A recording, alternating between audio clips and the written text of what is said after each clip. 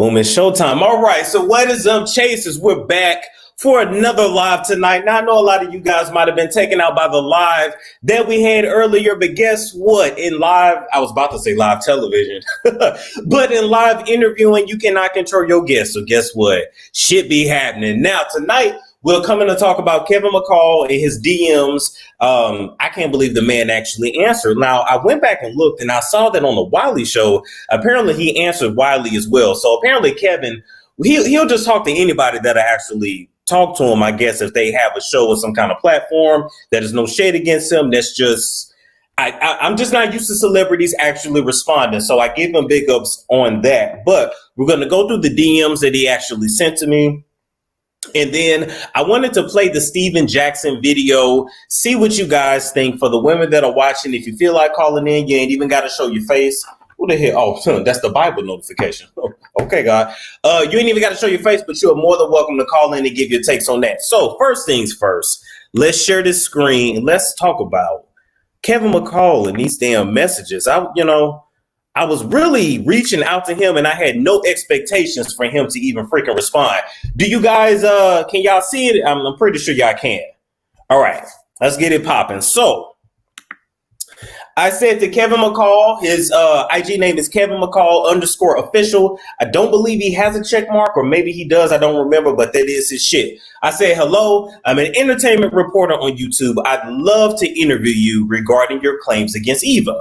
Let me know if you're interested. Now, that was yesterday at 9:44 p.m. This man responded technically this morning at 12:58 a.m. and I was so surprised. But he said, yeah, it's simple. It's a media collision to target talented and influential good black men, which you and I both are. Now, I got to stop right there. Because even though, yes, I am talented, don't get it twisted. Yes, I am influential. But we don't know each other to call each other good black men. I think that's something that as a community, we use a little bit too loosely. You know, if you seem halfway decent, oh, you a good parent, you a good wife, you a good person. No, you don't actually know that unless you actually know somebody, and your definition of good and my definition of good could be two totally different things. So I'm going to say allegedly on that part. The collision has one task: deflect from the word supervised visitation. Police are there, professionals are there, and basically it makes a bitter baby mom's plan just completely fall apart. Now, from that sentence, I'm not sure if he's saying Eva is requesting supervised visitation or if he's offering supervised visitation. Now, in custody battles, a lot of times when the judge makes you only see makes it to where you can only see your kid under supervised visitation, which I used to do for a living. So I've done those visits. It means that there are mental health issues, there are alcohol issues, there are violence there. Like, it's something there that concerns the court, the attorneys, to where they think that you cannot be trusted alone with your child. I think he's trying to say that the claims Eva is making against him is not true. But then I would also argue, I don't think Eva's milk is 100% clean, but all of the shit that Kevin has put on social media has really made it very easy to paint him as the bad guy. And I have to keep it real on that. People who have scars from abuse or are just male bashers tag along and help perpetuate information news circulates. I'm once again taken from that. I'm assuming he's trying to say, look, you know, if you've been through abuse or if you have scars from your childhood, then you're going to hop on this bandwagon to basically paint me as a bad father. I would just simply argue that it's not about my past or the viewer's past. It's just simply about what we see in the media. We see Eva talking. We see what she says on Real Housewives of Atlanta, the stories she's told on Ricky Smiley's show, and so on and so forth. And then we see Kevin, who's out here like not claiming his kids, saying they dead to him. Like, I did a video on that last year. Y'all can go back and look. He actually did denounce his children. So now for him to come back and say that, it's like, I see where he's coming from. I'm doing my best not to be biased, but it's kind of hard to when somebody has a reputation. All right. Now he says someone pays a PR firm monthly to write bad media about me, and it's like at least a $4K budget every time. Now I'm gonna stop right there. I thought Ashbash said I thought his parental rights were taken. You know what? They didn't clarify that on Real Housewives of Atlanta. They didn't clarify that. I mean, they would have had to been taken in order for Mike to be able to adopt her, to adopt Marley. So we're going to assume yes. So we're just going to assume the shit that he's talking is probably what led up to Marley being adopted by Mike Sterling. But do you guys believe that Eva is paying a PR firm to put bad shit out about this man monthly? Do y'all believe that? Geraldine Pierce said the man literally told police he was God before getting arrested. Yes, he did. He actually fought the men down here in the Atlanta courthouse. I can't stand that she changed her daughter's last name. You know what, Shawana? I actually disagree with that. I'm always here for a good name change. I think if the other parent is not going to be in that kid's life, it looks a little bit funny for this man with the last name Sterling to literally be raising this little girl, and everybody in the house got a different last name from you. Like, it's bad enough that Marley looks different from Eva and Mike Sterling's children. So now when she goes to school, when they in public, she's going to like literally stand out physically. Because we didn't all see them families where you can look at the kids and be like, oh, that's the kid that the mama had before she met him. Or, oh, that's the daddy kid that he got by another mama. Like, it should be obvious. You know, shout out to Khloe Kardashian. You put them in a lineup, you can definitely tell, oh, that's what mama was pussy popping with somebody else outside of marriage. So I disagree with that, but we can talk about that later. We can talk about that. All right, so he goes on to say, I've done campaigns a couple times, and I learned about PR campaigns and reputation management from my baby. I don't know if that's baby mother terrorist. Yeah, baby mother terrorist. When I was taking my baby to church and handling my business, it was a huge problem for her campaign, and her team convinced her it was a bad look to have a child, and the guy sees something bad, like the mistreatment of my first child. So I'm gonna kind of break that down because everybody doesn't know like the timeline of Kevin and Eva's relationship. So according to Eva, after she got pregnant with Marley, she started getting abused by Kevin, and she left him before she even gave birth to Marley. I think before she ended up meeting Mike, or before her and Mike really got super serious, Kevin was still seeing his daughter, but it wasn't consistent. And so I'm not understanding what he means by that. That's kind of throwing me off, because Marley really hasn't been around him for him to consistently take her to church, unless Kevin is talking about his oldest daughter, because he do actually has another daughter outside of Marley, and her name is Genesis. Okay, so let's move on. She was so mean to my daughter that I had to leave her. I told her I choose my children over her. I'm assuming he means so mean to his first daughter, or the other daughter, Genesis. Now, for him to say I had to leave her, her side of the story is totally different. She's saying that I was pregnant, I was big, I was showing, he hit me that last time, and I was done. And you can look up this video online right now. It's out there for you to see. She said it all on the Ricky Smiley Show.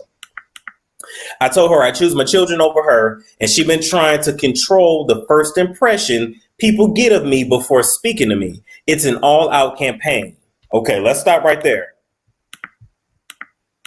Let me go back so I can see y'all. So now, do you believe that she's been on a campaign against him, or do you believe that his actions has kind of spoken for himself?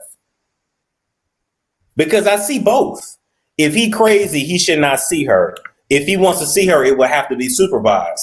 Now we gotta dig into that. What's the definition of crazy? What is his mental illness? Then when you get deep into that, y'all, you can't really discriminate because someone has a mental illness unless the kid is in danger. You know, so it's a lot. Jonna said child by he a whole woman beater. I have to say allegedly. People are saying his actions. I agree with that. Hold on. I want to play this one comment. Kevin had disowned his daughter publicly. Yes, he did. He sure did. Okay, let me go to where I was. When I couldn't give her money, so it sounds like maybe he wasn't able to pay child support or whatever, she told me Andre Harrell and Russell Simmons are taking care of her better than me under the guise of her working for some company they were launching, not Revolt, but the one that fell through. Now, I'm not sure what project Eva was working on with Russell Simmons or Andre Harrell. Let me tell you something. Eva is a beautiful woman, and I'm pretty sure that at some point she might have dated Andre or she might have dated Russell. T on the streets is that at one point she was living her life as a lesbian before she had children, and she was even dating Missy Elliott, allegedly. That is a big allegedly. But there are many rumors that she was living her life as a lesbian. Not that that matters, and not that that has anything with her skills as a mother today. I'm just saying. Who you slept with before ain't got nothing to do with you loving your kids today. All right. I was like, yeah, I don't want you making me look crazy out here. But shit, she still does that, and I don't even speak her name. Why does she speak mine? When she dated me, she didn't speak on Flo Rida or Lance Gross really at all. So it's like, why say my name so much? Well, Kevin, she probably says your name the way she does simply because she actually has a kid with you. She didn't have a kid with Lance Gross. She didn't have a kid with Flo Rida. And actually, if I remember correctly, she was with Lance Gross right before Kevin because she was going through like a thug phase, and Kevin fulfilled that thug, I don't know. I think every woman might go through that bad boy phase or that thug phase, and Kevin fulfilled that to her until she realized she wasn't really about that damn life. All right. So then I responded and I said, well, I personally was very curious about the backstory of you two. Thank you for giving some insight. She claims she fled from you due to alleged abuse during being pregnant with Marley. We've only heard her side and what we see on Real Housewives of Atlanta. So the olive branch is there for no judgment opportunity to tell your story. So I was basically inviting him onto the show, and that invitation is still out there for him to come on the show and explain himself and explain the whole story, because we don't really understand everything that happened. And just like anything in life, if one person can tell their side of the story, the other person can too, because the truth is normally somewhere in the middle. I don't give a damn how flat you make a pancake, it will always have two sides. All right, so let's go to. He then sent me 2 voice messages where he reiterated what he said up there. And then I responded, got it. Thank you for the time to respond. I'm going to play them for y'all. And let me see if y'all can hear them. Let's see. Yeah, and that's why I was hoping you could read. Like, my main point was the word supervised visits. You could Google it. You could drive it home. You could really make it the highlight of the discussion, not abuse and all the stuff you heard on. That's not important. That's my point. The reason you heard that is so that you don't say words like supervised visit. And if that's hard for you, you could, you don't have to say anything on my behalf. But now you know the truth. Okay. All right. So let's go to the next one. I don't know if you have kids. I don't know if you're a straight man or a gay man, but many men know how the system is used. It's not really much to explain. So you either really want to expose that or you don't.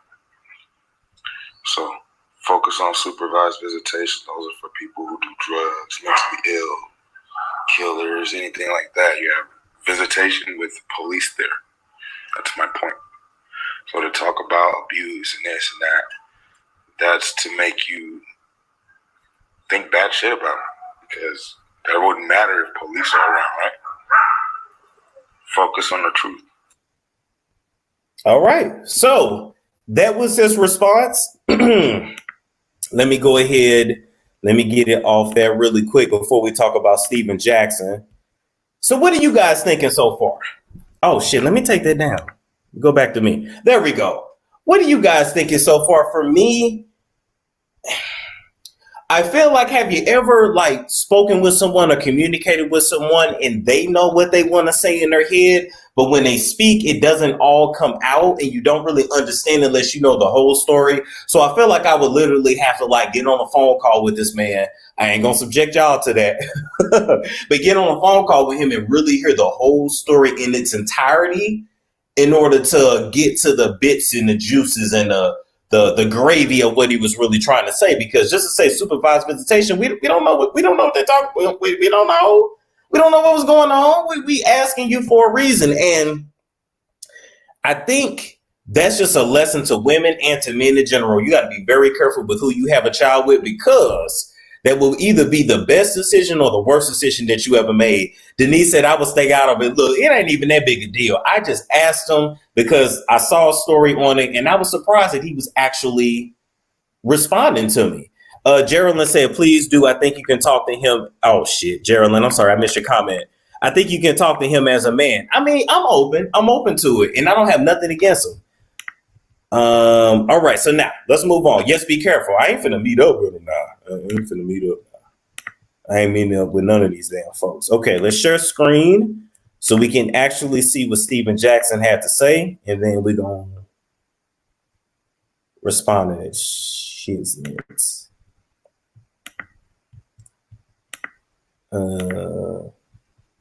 Share screen.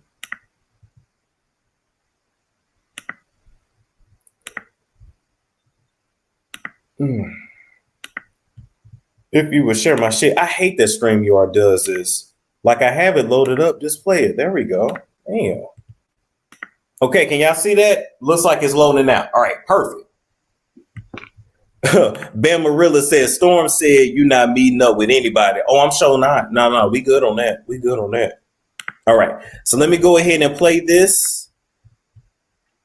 And then we gonna react to it. Hey, what up? The world. Getting myself together for the day. Say, I wouldn't be a real one if I didn't share this game with my little bros, my little homies out there. I wouldn't be a real one if I didn't share this game with y'all. One. What the hell is that music? What the hell is that music? Wait a minute.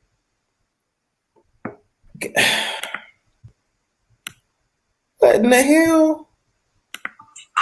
Me, I've made a lot of mistakes in my life. Whatever. So we just gonna play it. Come on, damn it. I feel like to share this game with these youngsters out here are the ones who planning on having families and moving forward and doing different things and being successful. A lot comes with it. Planning on having families. What I want to tell y'all: find one woman, love her, and have families and have babies with her. Do not have kids by multiple women. Listen to me. That shit is overrated. This shit is played out, and it ain't what you think. It ain't what you think it is. Okay. I have kids by 5 women. Right. I take responsibility for laying down with them, making babies with them, making babies with them, and all that. I take full responsibility. You know what I'm saying? But 3 of them, I regret even knowing. Paid millions and millions and millions of dollars in child support. You know what I'm saying? And still don't see my kids. F42, my kids in high school and in college. But peep this out. I'm saying this to say, find one woman, love her, have kids with her, and build your family. Because having kids by multiple women can destroy your life. I've been having 3 out of my 5 trying to destroy my life since the beginning of time. You know what I'm saying? Like I said, I paid millions in child support and still don't see my kids. Woo! You know what I'm saying? I'm telling you this to tell you to be smarter, bro. Don't make the same mistakes I made. Find you one woman, love her, and have kids by her. Because having kids by multiple women can destroy your life, bro. Because a bit of baby mama ruins black men just as much as the police or just as much as anybody. Okay? They won't say that. And of course, women won't say that because it's the majority of them. But fellas, we got to be smarter. Okay? We got to be smarter. I don't have problems with my kids' mothers unless they done ran out of money. It's just facts, bro. It's just. Can I ask y'all something though? And I'm not even trying to be funny. You know what? Fuck that. I'm gonna keep it real. Y'all know how I do on this show. This is an older man talking. He's 40-some years old. He's able to reflect on his life and talk about what he should have did different in his youth. Okay, fine, whatever. But can y'all all agree? Number one, this man here is not no looker. I'm not trying to put him down. I ain't saying I'm cute. I ain't saying I am. I'm saying this man right here is not no looker. And if he was not as rich as he was back in his heyday, would y'all have gave him a baby? Do y'all think he would have even had access to the type of women that he did? So in a lot of ways, you use your money to get them type of women. The women use their looks to get baby and money out of you. I mean, Am I the only one that's putting two and two together? Okay, maybe not. But be smarter. Make a better decision. Don't be running around willy-nilly like I was doing and all that. And, try to find your relationship and stay in that one, brother, because I'm telling you, you have a life of pain and misery and unnecessary stress. And it ain't nothing you doing. It's the bitterness of another person. Okay? So continue to love your kids and do whatever. If you do have kids, love them just as you were in a great relationship with their mom. But if you don't have kids, bro, take your time.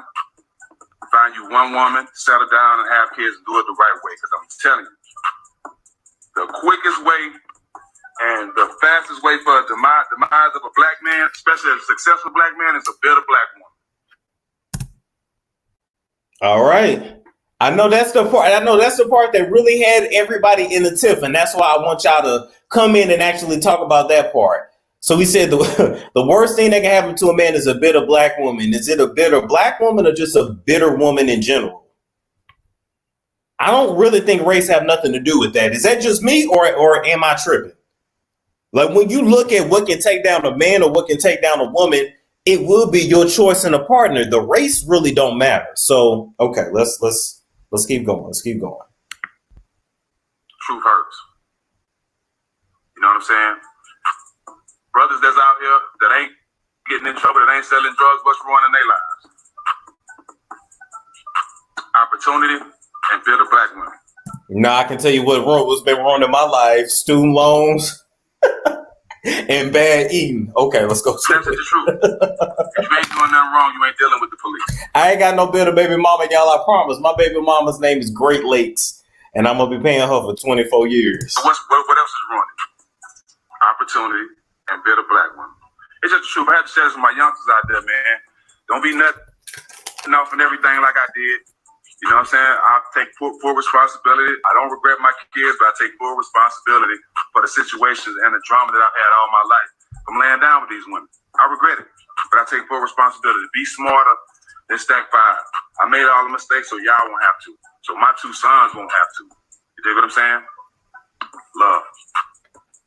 What up, world? Okay, so now he made that video. He got ate up on social media. So then he had to come back and make a response. He has also since took down that original video off of his Instagram. This man is on the current podcast with Matt Barnes, who is also another man who has never really been good at picking women. To keep it real, they say birds of a feather flock together, and these men can't keep a marriage together, can't keep a family together, and some ain't clean in the milk. I am gonna say, and we're gonna get into it, but for Steven Jackson to say I got 5 baby mamas, I got problems with 3 of them.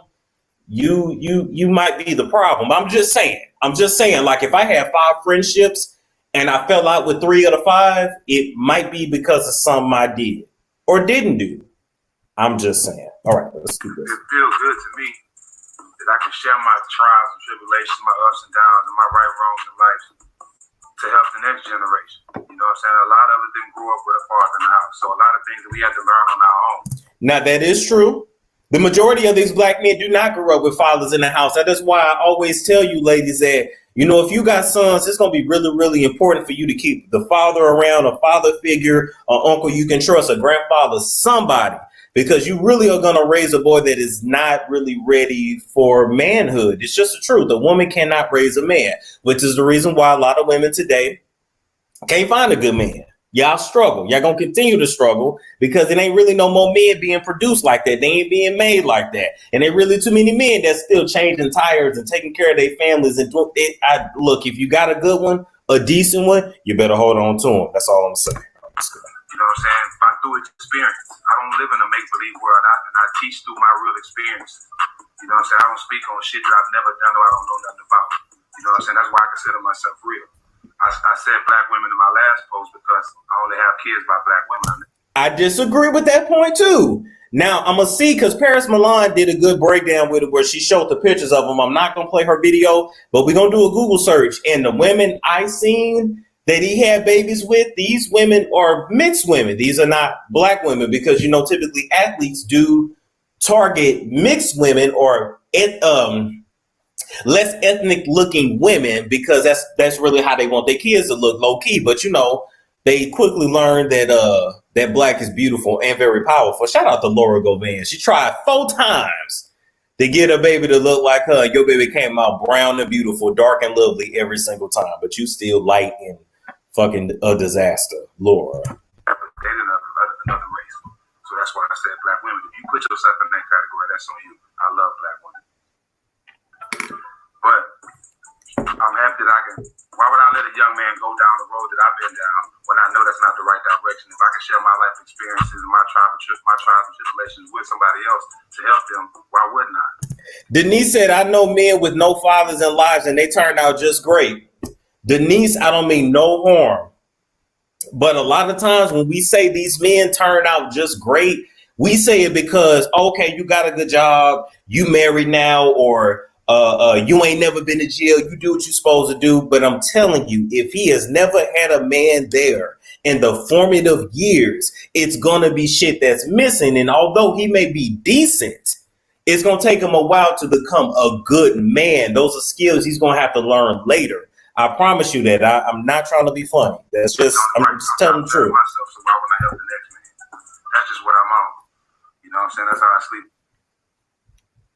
Okay. If it, I love everybody. I love everybody. Yeah, you can tell his agent made him come back and clean that shit up.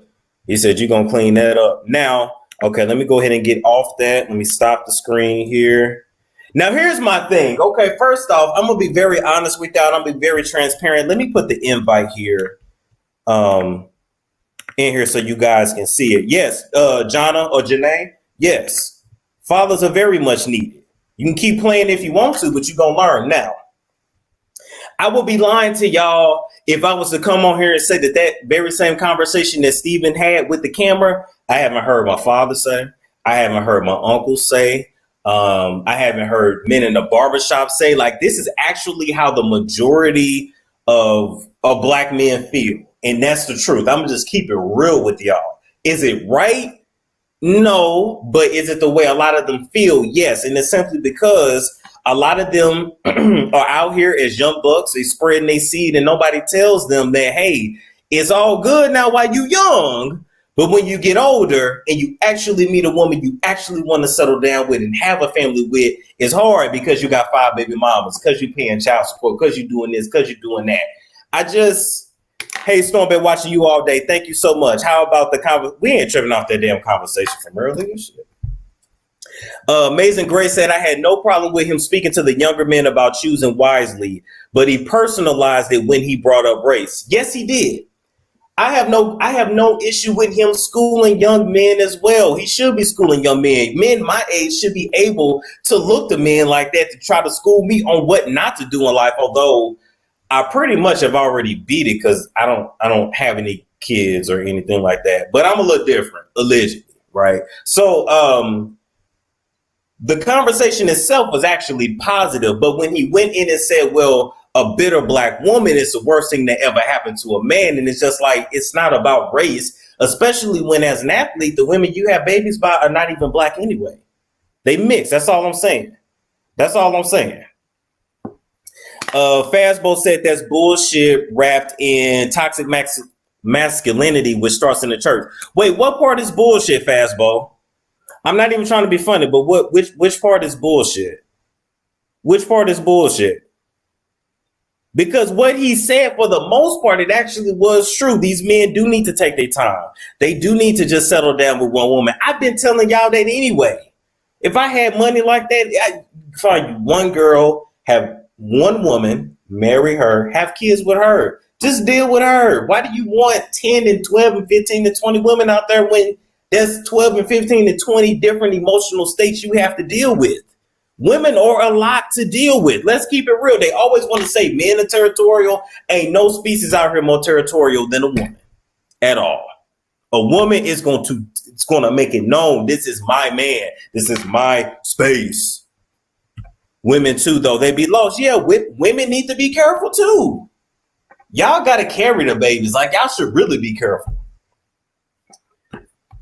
Church masculinity equals. Okay. All right. Paris Vet said Future is a prime example. Absolutely. And so I look at that and I look at what the man is saying, and although I feel like he means well, and I don't really think he was trying to demean anybody, to keep it real, that statement can really just be applied to any woman. It can just be applied to any woman. That's it. A bitter woman will ruin your life. A horrible baby's father will ruin your life. Period. Your life, honestly, your life and the quality of your life as a man will be either screwed up by what you came out of or what you come in. The vagina you came out of can ruin your life. That's your mother. The vagina you come in, no, come out. No, you come out your mother. You know what I mean. You come out your mother, she can ruin your life from the jump.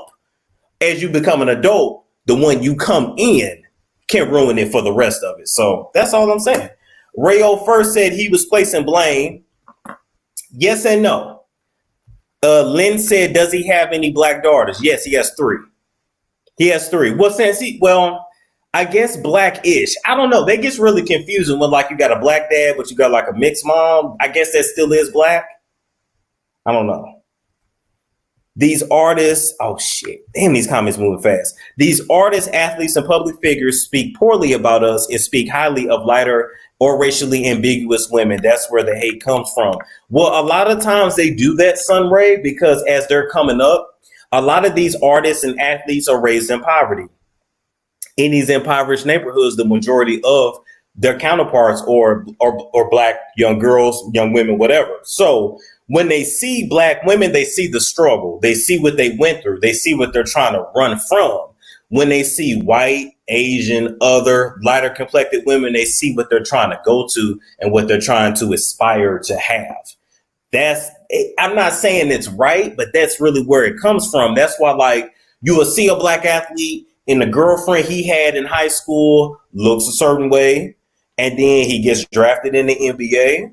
And then his wife, after he's drafted and he's rich, look a little different than the type that he had in high school. They ain't saying you're supposed to marry your high school sweetheart. I'm just saying their looks will be totally different. And you're like, oh, that's interesting. I think the only one that really kept, the whole black family look was LeBron James, right? I think LeBron James is a good example of that. He has all his kids with one woman. She's Savannah's very attractive to me. I feel like she's a very attractive woman, but she doesn't have like the thought look or the whore look. You know what? Let me pull up. All races have struggles. Yes, they do. But you got to understand, when you black and coming up in the hood, this is from people I know. When you black and coming up in the hood and that's all you see, that's all you know. That's all you know. So yes, all races have struggles, but when he was in the hood, he wasn't around all races. He was just around black people. It just sounds like a lot of these people actually need therapy, low key. Okay, hold up. I'm gonna pull up LeBron James' wife because I want to show y'all like what I'm talking about. Okay, let me pull it up. LeBron James' wife.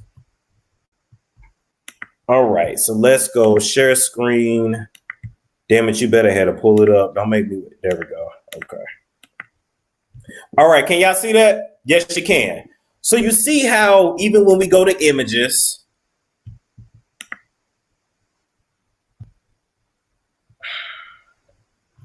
you see, I mean, she's very attractive to me, but you see how she has a certain look, a black athlete with a black family, full black family. They don't look mixed. It ain't no racial ambiguity like the Currys. No offense to them, but I don't consider Steph and Aisha black. I consider them multicultural. You can kill me for that later, but I'm just saying. Dwayne Wade only married black women twice.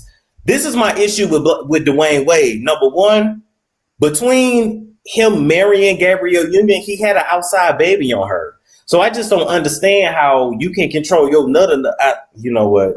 Anyway, you're right about Dwayne Wade, but I got issues with him too. Shaq has a few outside kids. Yeah, Shaq as well. I got Storm saying ambiguity. Yeah, Sunray, you did. You got me. So you see how she has a certain look. This is what I'm trying to get to, right? See how she has a certain look. Black woman. Look, let me pull up the braids. That look like a regular black family right there. That look like a regular dope black couple, like just dope. But you don't see that often. Russell Westbrook, okay. Dwayne full of scandal. Yeah, Bron been scandal free. Yes, please protect LeBron. Please protect him. All right. Okay, now let's go to, let's say, what's that crazy nigga's name? AJ. What's the football player that's been out here tripping? It ain't Adrian Broner. Fuck, I can't remember now. Yeah, what's the football player that's been out here tripping, going back and forth with his white baby moms? How can we not consider the Currys black? Is that not falling into old thoughts and stereotypes we've been fighting for years? I don't know. Amaris, I don't know. When I look at them, Antonio Brown, thank you. When I look at them, that's why I love y'all. I don't see black. I see multicultural. I'm sorry. I don't consider them black. I just don't. Antonio Brown, wife. Okay, here we go. I'm not gonna show their kids though. Okay, can we blow this picture up? Because I don't want to show their damn kids. Come on. Storm Chase, we on fire tonight. They are black. Storm, they are? Oh, okay. I mean, okay. Now, see, you see his wife versus LeBron's wife. Like, you get what I'm trying to say here. So, although I see nothing wrong with it, I feel like you should date whoever makes you happy. But it's something. It's a conversation that needs to be had on why black athletes typically do date outside their race. It's a conversation to be had on why black men feel like black women talk down on them, and black women feel like black men talk down on them. And it kind of almost makes me think, like, will we ever be able to unify as a race, or are we just done as a people? Like, are we just at a point where black men and black women are so much at our throat, at each other's throats, that we can't get anywhere and we can't meet in the middle? That's all I'm saying. All right, so let's stop the screen there. So with all that, it's a high yellow and it's a tan. You know what? They aren't black. They have Eurocentric features. I thought they were both multicultural.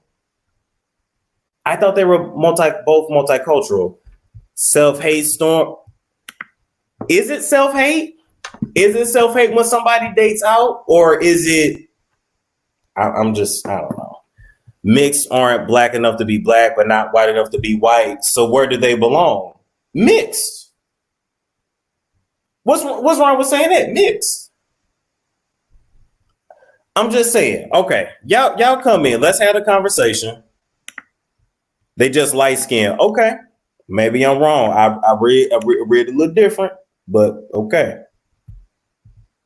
Why are you? Okay, not that anymore. I may be a high yellow chick, but I'm unambiguous black. It wouldn't be a problem if he wouldn't put down black women. Okay.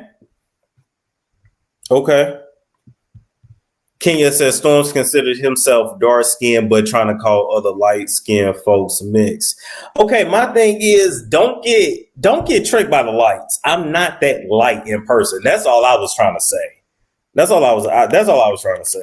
I don't consider myself light, but maybe I'm tripping. So maybe you can teach me something. People need a 21andMe test. If you are high yellow, you have Euro ancestry. Okay, that's true. I think because a lot of black men were raised by their mother, they may have expectations of their partner to behave the same way in their households, which creates frustration in the black woman. Oh, so do a lot of black women feel like when you get with black men that they expect you to like be their mothers? I'm just saying. Lisa T said it's self-hate when you disrespect your own to make an excuse for your preference. Okay. No, got to. Okay. Let me see if I understand what he's talking about. Black women, but white baby mamas only get them for the money, but there are more black what women who are in college starting their own companies than other races. Okay, so you're saying when black men get with white women, typically it's only for the money. Well, to keep it real with you, I feel a lot of times that is true. A lot of the times when you see black athletes with white women, those white women would only date them if they, if they're rich and they have the prestige and the status. Otherwise, they wouldn't be mixing with another race. I believe that. My thing is, it's okay if you understand, okay, I'm only with you because I'm rich and you only with me because I'm rich. But as soon as you forget and think that that person actually likes you for who you are on the inside, I think that's when you get fucked up. Shout out to Kevin Hart. That's all I'm saying. Let's see. What else? Y'all have any other comments? I'll read y'all comments here down below. Oh my God, people forget about slavery altogether. A lot of us are mixed and don't even know it. Okay, that's 2 point. That's a point, but I like this one too. Just because you light skin don't mean you mix. Two different things. It's two different things. Gosh, it's two different things. That's true. Why is it that black women always with black men when they are down, but once they come up, they want someone of a different race? I mean, that's a conversation that needs to be had. And I have my theories. And I think it's literally because when they come up and they see struggle, they're surrounded by black. So once you're not struggling anymore, I think you want anything other than that. Oh, we got Passionate Bliss back. What's going on, Passionate? Hey, Storm. I love coming to talk to you. But this is my thing. And I'm gonna be for real, because I'm from the South. I'm for real. Black women are not like other women. So we have to acknowledge that there are differences between the races. There are. Black women, we got black girl magic and it's extra. Our shit is extra. So if a bitter black woman hates you, it's gonna be something extra. So I get what he's saying. Our shit is extra. When we hate you, we extra. When we love you, we extra. Our shit is just extra. That's all it is. But I mean, we have to acknowledge that now. So I'm not saying, no one race is better than the other, but our shit is extra. We magic and melanin over here, and so we come with extra stuff. We bring black people bring extra to everything they do. That's why, people hate on us so hard and discriminate against us so hard. Any field we enter, we dominate it because that's that how is we true. are. That is true. We dominate everything. Everything. It is. If they open that door, we will dominate that door. And so so I hear him saying that nothing worse than a big black woman. He is correct. Our shit is extra. It always is, And even my son, because I was a single mom, but my father was a strong influence on him. Because even my son, he said that when he's dated other women, because I done told my son, look, don't bring no white woman in here, and that's all it is gonna be. And so so he know how it is, but he said personally, white women are easier. You could say anything and make them smile and laugh, but he said you got to work hard to get a black woman to smile and laugh and get on her good side. But he said himself, he said it's worth it. He said the extra that you put in for black women to get them to smile and love you, it's worth it. The extra effort is worth it. And so we are harder on them, and and so they do want to sometimes go to other races if they weak, because we harder on them, but we love them harder and we protect them harder, and nobody will ride harder for a black man than a black woman. We will ride with that nigga all the way to the end. So that's all I'm saying. That's all I'm saying is that he ugly ass. I don't know why nobody even gave him 5 kids. And so, but my thing is that he ain't lying when he say nothing worse than a bitter black woman. He ain't lying. That man ain't lying, y'all. We extra with everything. I mean, and I just felt like I just felt like any woman, once she's bitter towards you, it's just not gonna be a pleasant experience. Like even in the Bible, it talks about like not even staying in a house with a woman that's angry. Like when a woman is pissed at you, it's you don't run you up to the roof. The Bible says she'll run you up to the roof. Thank you. That's why they say happy wife, happy life. Hey, Kenneth, do you have a comment? I do. Thanks for having me. Absolutely. I study a lot about black people and the history. And to begin, I know that people believe that mental disorders such as schizophrenia, bipolar, even depression is hereditary. It could be passed down the line. So we also have to believe that the effects of slavery can also be passed down the line as well. And there's a lot of hurt, there's a lot of resentment, there's a lot of anger. So there are many reasons why black men date white women specifically. One being that, it was illegal for a black man to even look at a white woman.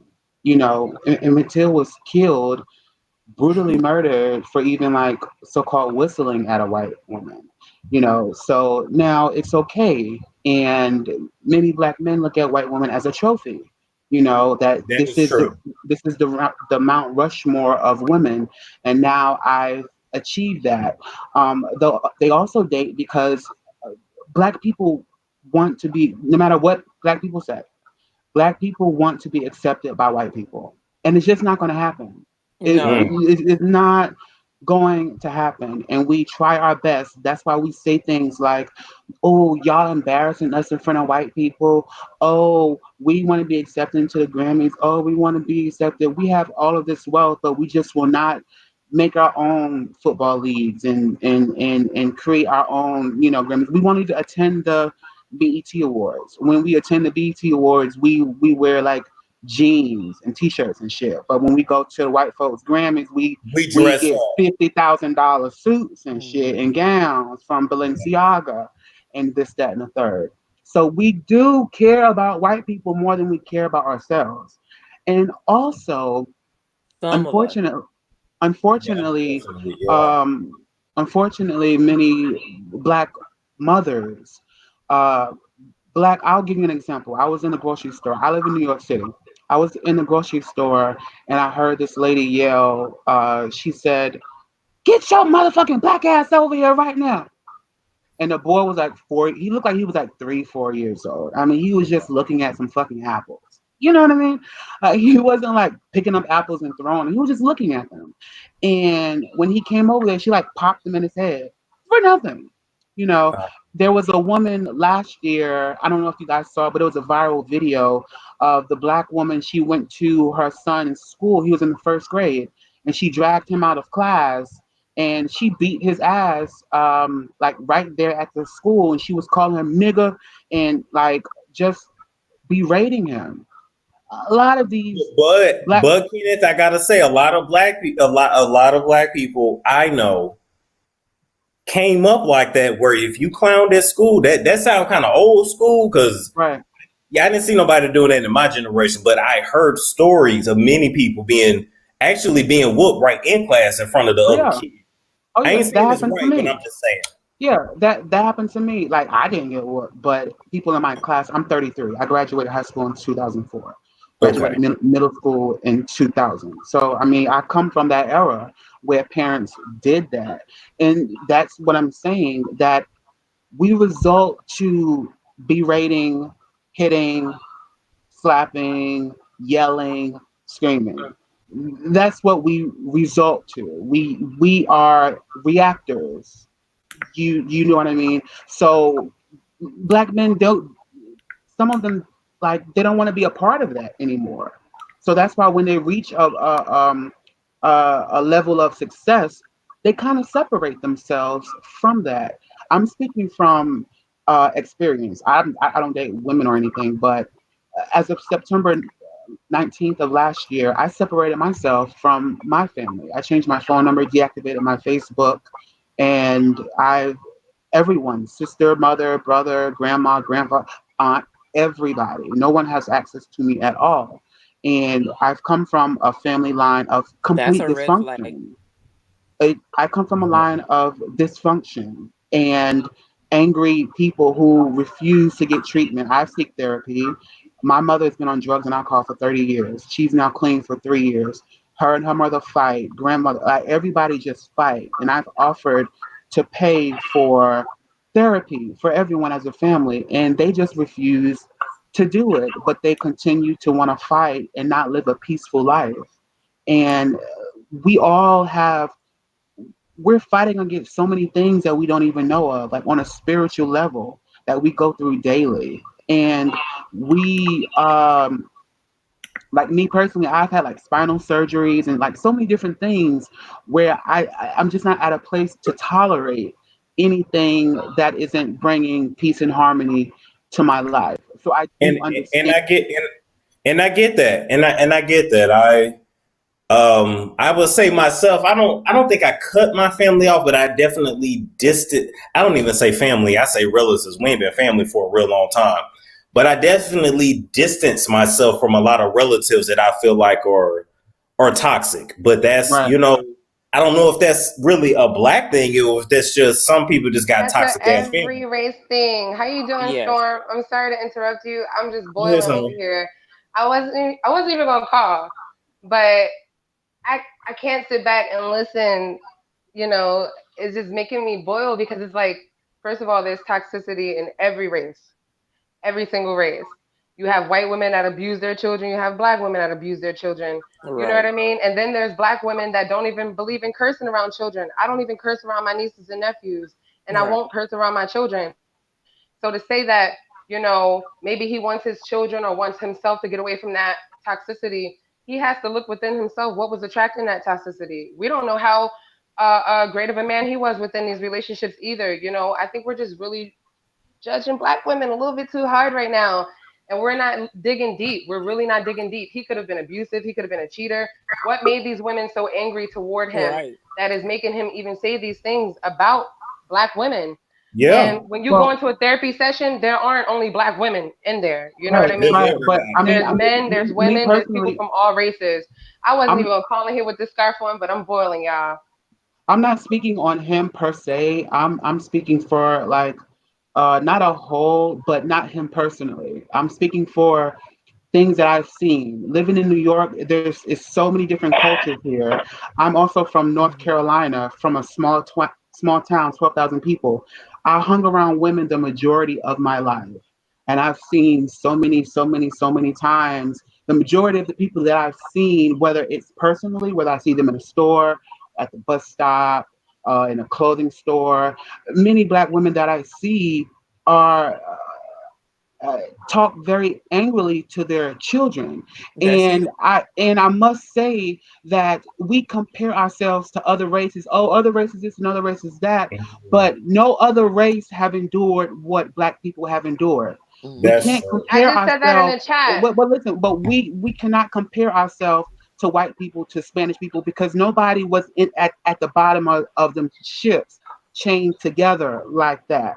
And since Well, people we could were talk about the when Spaniards I because the know, Spaniards are kind of a product of us being chained to but those ships. nobody But has that's Yeah, but another experienced story. nobody what live with stuff nobody like has this. So experienced what black people have it's experienced. So if nobody has experienced what black people have experienced, and us as a whole have not healed, we are literally not healed, and we speak as if things just happened 1,000 years ago. My mother's 53 years old. The civil rights movement in that era was like 50 years ago. It's not a long time, you I know. So totally agree with if that, we but have that not doesn't mean that healed, all black women raise their children the same.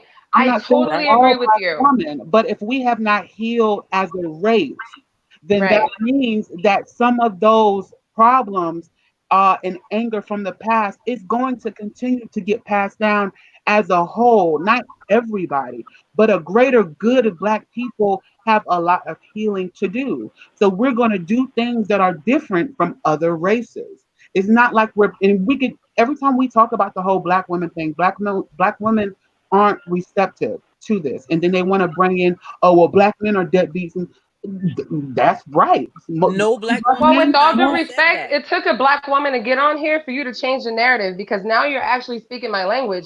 Now you're saying something that I actually understand. If you were to scroll up, you would actually say that people are forgetting about slavery. Actually, I think I just Storm got read it. on. I Did just yeah, you I got think I not? read on. the You you comment. you Yeah. read it. I said people are forgetting about slavery. We have not healed from slavery. People are Yeah. forgetting about Jim Crow. More people were killed post slavery than slavery. A lot of people are forgetting about a lot of these things. So yeah, we do need to heal. A lot of our mental health issues in the black community stem from slavery, and it was passed down generational.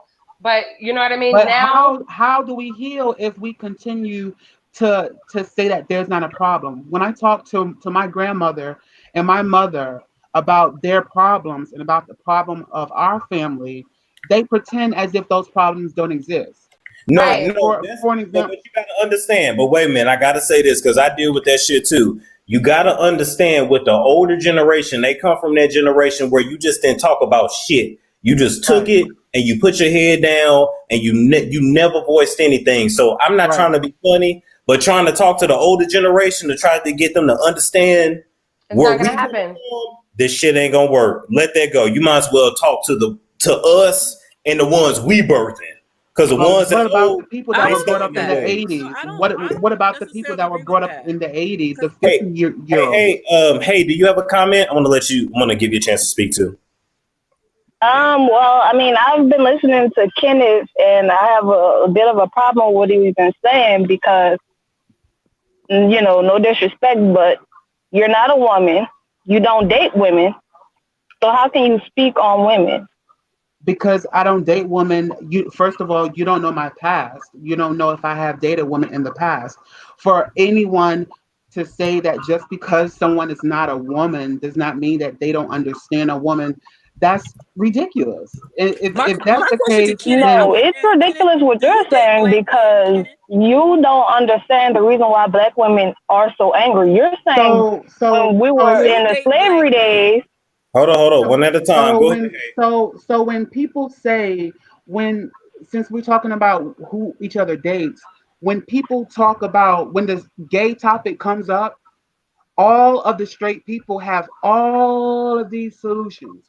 They have so much to say about why this person is gay. They weren't born gay. They were gay because they were molested. And they have all of these solutions, but they aren't gay. They haven't had sex with the same sex. Do you so date it goes Black the same men? route. That's a totally different topic. That's not what I'm saying. And don't put those words in my mouth. Just because I'm not a woman does not mean I don't No, understand because you are not a woman, it makes you ignorant to the facts that you are speaking on. Just like if I was to say Black men are not shit, that would be, I mean, you know, I've dated a bunch of Black men who aren't shit, but I would be ignorant because I'm not a Black man. I can't say every Black man are not shit. Okay, Passionate, you was about to make a point too. Pastor, you was about to make a point too. Black men. That's my question. Do you date Black men? That's actually a big question. I've dated Black male, but I wouldn't call none of them men. Okay. And let me tell you why. Because what males have failed to realize is, even from the Bible says, okay, if you want to be the head of the household, you need to know what you're doing. You need to be led by something. And if you're not led by something smart or something, you know, being led by, you're being led by nothing. You're being led by the devil. You're being led by all things that could go wrong, that will go wrong. So if you're saying that I'm me being a Black woman, I'm always upset. Maybe I'm upset because I don't have a strong man, and it's hard for a bunch of women to find a strong man because y'all don't want to be that. Y'all don't want to be strong for y'allselves. Y'all don't want to be strong for y'all kids. Y'all don't want to be strong for y'all women. And then y'all go to another race to find women that are weak because a Black woman will not sit and take. If I sat up here and had to take all the things that I had to take from a Black man, his abuse, his don't want to work, his don't want to pay for anything, don't want to pay for his own child that he helped me create it, I have no choice but to be a little angry. But I'm angry. I'm angry because of the choices you made have been falling upon me. And now I have the responsibility that you should have. But let me say this though. I totally agree with part of that, but we need to know as people that nobody controls. See, I seek therapy. I personally pay for therapy. And what I've learned is that nobody is to control your emotions. You are the only person who controls that. So we say that we need this person to complete us. Oh, I need a strong Black man to make me happy. No, boo, you need yourself to make yourself happy. No, I'm not saying that, but it would be nice to have a strong Black man somewhere. Like I could walk up the street and see a bunch of Black boys, a bunch of Black men, but how many of them are actually taking care of their business? Right, but hey, before you respond, I am gonna say this. It's nothing wrong with a woman saying she needs a strong Black man because you can't do everything by yourself. Women may women may be proud of being independent, but I don't know any woman that wants to do all of this shit by herself. That No, I'm wants to not. carry all the load I'm by tired of herself. being an independent woman. I would love to be a meek little flower and be able to just relax with my kids while my husband or my guy or my man take care of a few things. But I mean, when you ask a woman, and it's typically a black woman, it's other races of women, because I see a bunch of Hispanics and there's some white women who do it. But when you see them carrying around a bunch of kids, and then the nigga in the back with his head down, looking like the biggest kid, that takes a toll on a woman. You don't understand the toll that takes. That takes more of a toll than all the kids that's in between them. Is having a lazy, no good man, and it's not nothing. We can't do nothing about that. That comes from what I said in the comments about the church equals the toxic masculinity, because my grandpa was a pastor. He got a church from the pastor who founded it. He was the pastor for 50 years before he died. My dad has been the head deacon, born and raised in the church. I have been born and raised in the church. My dad, he is toxic masculinity from head to toe. There is nothing. My mom did everything. She cooked, cleaned, had 3 jobs, but he only had 1. And it never was enough. It was never enough for and my mom died taking care of everything that my dad couldn't have done by his motherfucking self that my mom did. Right, but let me ask you this, because when we get into our parents' relationships, we have to understand we don't totally understand the complete dynamic because we were children. We weren't dumb. We've seen a lot of what happened, but we don't understand everything. But let me ask you this. What is it within women that's making them choose those types of men? Because that's something for us to talk about. I mean, if you listen, Spawn, if you tell me there's, let's say, 3 million men, 3 billion men on this world, 3 billion men, 3 billion men. If you can't tell me that 2 billion of them men are good men, and you could show me like 2 billion, I'm sorry, not million, billion, good men or decent men. Men who not complaining about having to pay child support for the kids that they created. Men who not trying to cheat on their wives for what their wives not doing. That's excuses. Men who don't have money problems. I know men who will complain about having 1 job, and I know women who have 3 jobs. Can I speak? Yeah, I'm gonna Kenneth, I'm gonna let you respond, and then we're gonna let some more people get on. All right. So yeah, I've lived in both the North. I currently live in the North, and I lived in the South. I was raised in the South, and many of these Black communities date amongst those communities. They don't, if you're from the hood, you're not dating someone in the suburban area. You're dating someone in the hood. From your pool, in right? that hood, Yes. and in that hood, they have hood mentality with low education. That goes back to us needing healing. Right, needing healing, right. So my thing is that I've seen plenty times. Again, there's a girl that I went to school with. She had her first child when we was in the 7th grade. She had her second child when we was in the 10th grade. She had her third child when we was in the 12th grade. Currently in 2020, she has 10 children. And she is now a grandmother. She is now a grandmother because her oldest child just had a baby in the 11th grade. So she's 34 years old and she's a grandmother. Okay. And I have 2 classmates who are grandmothers. And her child's father had her pregnant and 2 other girls pregnant at one time. He beat on her, this and blah, blah, blah. I could just go on and on. But the thing is that from what I've seen in the hood and places like that are not in the suburban life, many women, they meet these guys, and within, if the woman has her own place, within the first month, she done accepted him to move in. She done gave away the pussy after the first 2 weeks. She don't know his middle name. She don't know what kind of disorders his family has to protect the child. She don't know the family dynamic of the past. But that just isn't she in doesn't the know hood. many I've of those. seen that in the suburbs as well, where women don't know a guy and will just like make him like her husband. I don't know. Let me let Opinionated get in here. Opinionated, you got a comment? Hi, Storm. How are Hey. you? Hi, y'all. How Hey, Bo. is everyone? Okay. I have three things to say. First thing is, I did this story on And Kenneth, I gotta let some more people come in, okay? Great. Okay, I'll make it quick. I did the story on Stephen McCall as well. I mean, Jackson as well. Yes. Stephen Jackson, I think the main problem that I had with him was the narrative that he spun against Black women. Okay. Not every Black woman is a bitter Black woman. You can't make a Black woman a bitter Black woman without you being that bitter Black man who turned her into that woman. That's my whole.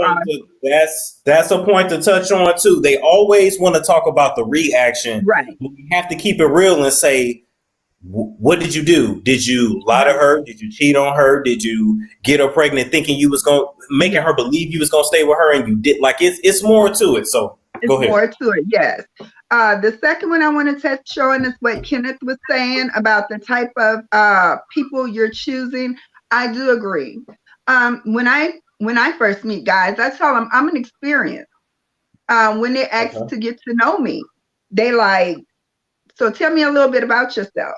And I'm like, well, I'm experienced. And they mean, they look at me like, well, what you mean? You're not going to tell me? I'll tell you about me. I don't want to know about you.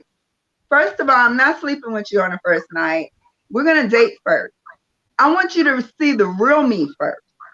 Okay. Experience me. Experience me. Because every person is an experience. Every person is different. You cannot sit here and have someone say, oh, well, I like this, I like that, I do this, I do that. That's not the truth. The truth is going to come out in about 2 to 3 months down the line.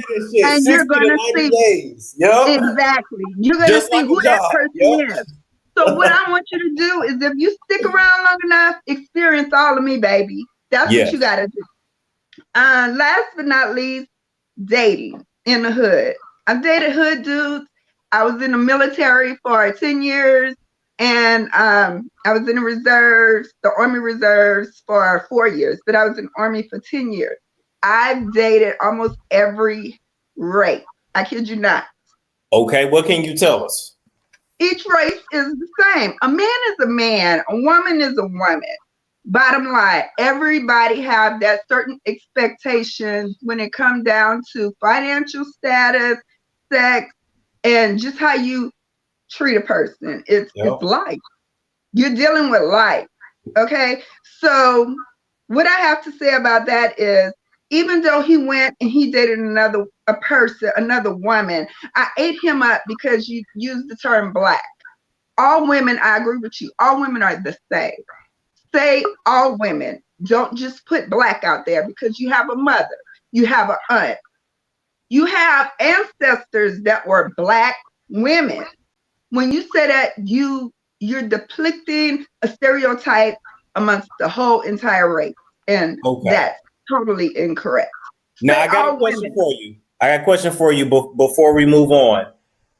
Now, to play devil's advocate, some people would say, well, he never said all Black women. So do we feel like certain conversations like that should only be in certain companies, in like a Black company? Or is it because he said it on Instagram where everybody can see it that you guys feel like, okay, we all going to be painted with this brush? Because that is what happens to us. One Black person steals something, they look at every Black person that come in the store. That is true. That's not true. Because you could steal something, and I'm a Black woman, and I see another Black man walk in a store that look the same way. He could pull out a wad of cash. That don't mean you're going to steal. I can't, and that's the problem. A lot of people put stereotypes once you say something. Well, that's my problem with him. When you put out that type of narrative about Black women, all Black women are going to receive that narrative. What he should have did was, instead of putting that out there, you have daughters, you have sons. Those children will see this.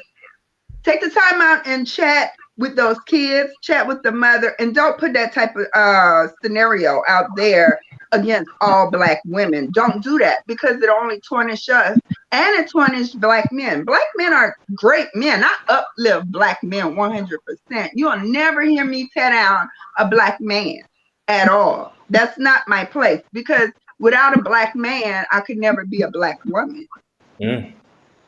You have to, he messed up when he said the word Black. If he would have just put all women up in there, I would have had no qualms.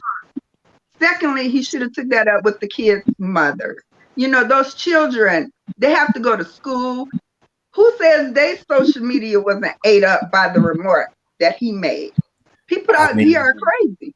You know, they do things like that. If they're gonna go and threaten Lil Tyreek for killing ghosts on Power, imagine what they're doing to these kids' social media, you know, because he said those 3 words: bitter Black woman. Well, I want to thank you for coming on Opinionated, okay? Thank you, Storm. I appreciate you, and you have a good night. You too. Thank you for being patient. You're welcome. Bye-bye. Yeah, you know what? That's a damn good point, because you know what?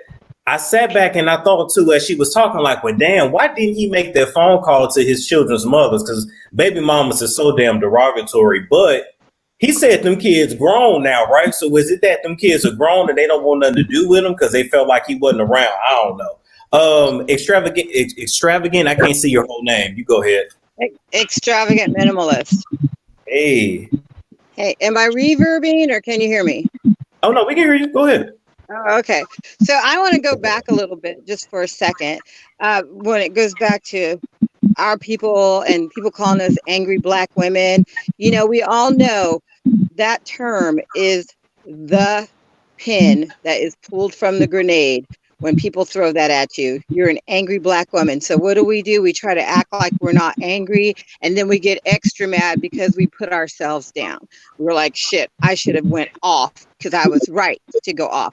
And so when people say something like that to me, like, oh, you know, like this one woman said, oh, you have a right to be angry. I'm like, I know I do. When you're angry, you have a right to be angry. You do. Because that's what's up. But see, then you get pigeonholed. Okay, that being said, the other brother that was talking about women and the girl who got on and said, you know, oh, well, you don't know nothing about women. You're not a woman. He made a good point. He said, well, you know, you're not gay. What do you know about gay people? The problem in our community is that we have so many nuances to deal with that we focus on these micro matters rather than the big picture. You know, we get set off, we lose our train of thought because we start folding in all these issues and matters rather than focusing on what's in front of us, what's right there.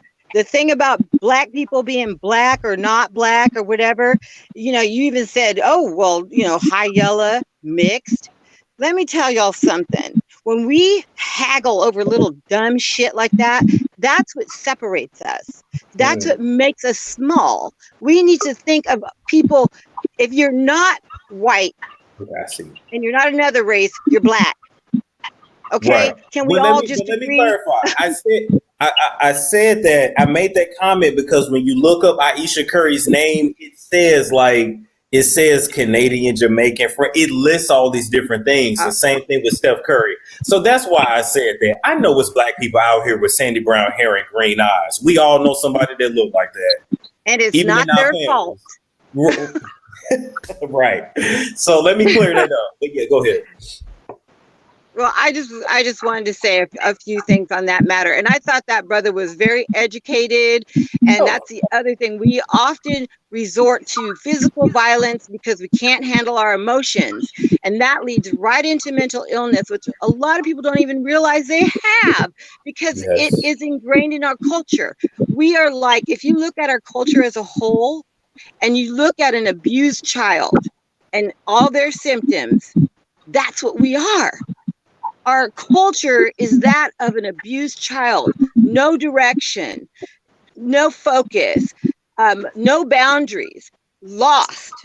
You know what I'm saying? If you look at our culture, I mean, our culture is rich, but I mean, if you look at us as a people, I should say, and in the bigger picture, it's almost the same as an abused child. You can look at an abused child and see everything in that kid in us, and we need to just pull it together. We need to stop, you know, nitpicking over stupid little stuff and understand that to be together, you have to be together. You can't be going off about little things. So what if that dude is gay? What does that have to do with you? And what does his sex have to do with you? You thinking about how he's doing it is nasty. Okay? Don't sweat that. You know what I'm saying? I'm sorry. Let me stop because I'm getting ready to go You're off. fine. Hey, express yourself. I'm not mad at you. I'm gonna move on to the next caller. But I want to thank you for calling in. Peace, y'all. Peace. Thank you for having me. Bye-bye. Well, she kind of remind me of she's pretty. She reminds me of Adele Gibbons. Anyway, hey Tay-Bay. Hey Storm, how you feeling? I'm good. How you doing tonight? I'm well. And hey Chasers, y'all have to excuse me. I was already cued into the chat.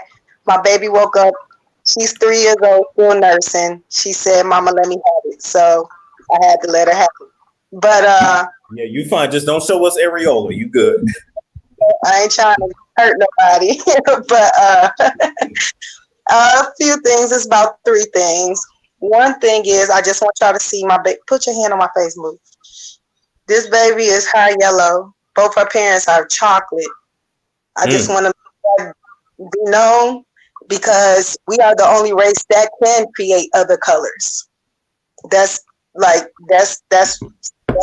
fact. So yes, there are a lot of people who classify themselves as Black. Nevertheless, they have been whited out. There are children who come out yellow, even though their parents are brown. And that is because we are the only race. We Black women are the only women on this earth that can produce multiple colors. Hence albino, you know, and all that other type of stuff. That's one thing. Another thing is when the guy that was watching, Oh, you went out. Did you mute yourself? Oh, you might have muted yourself.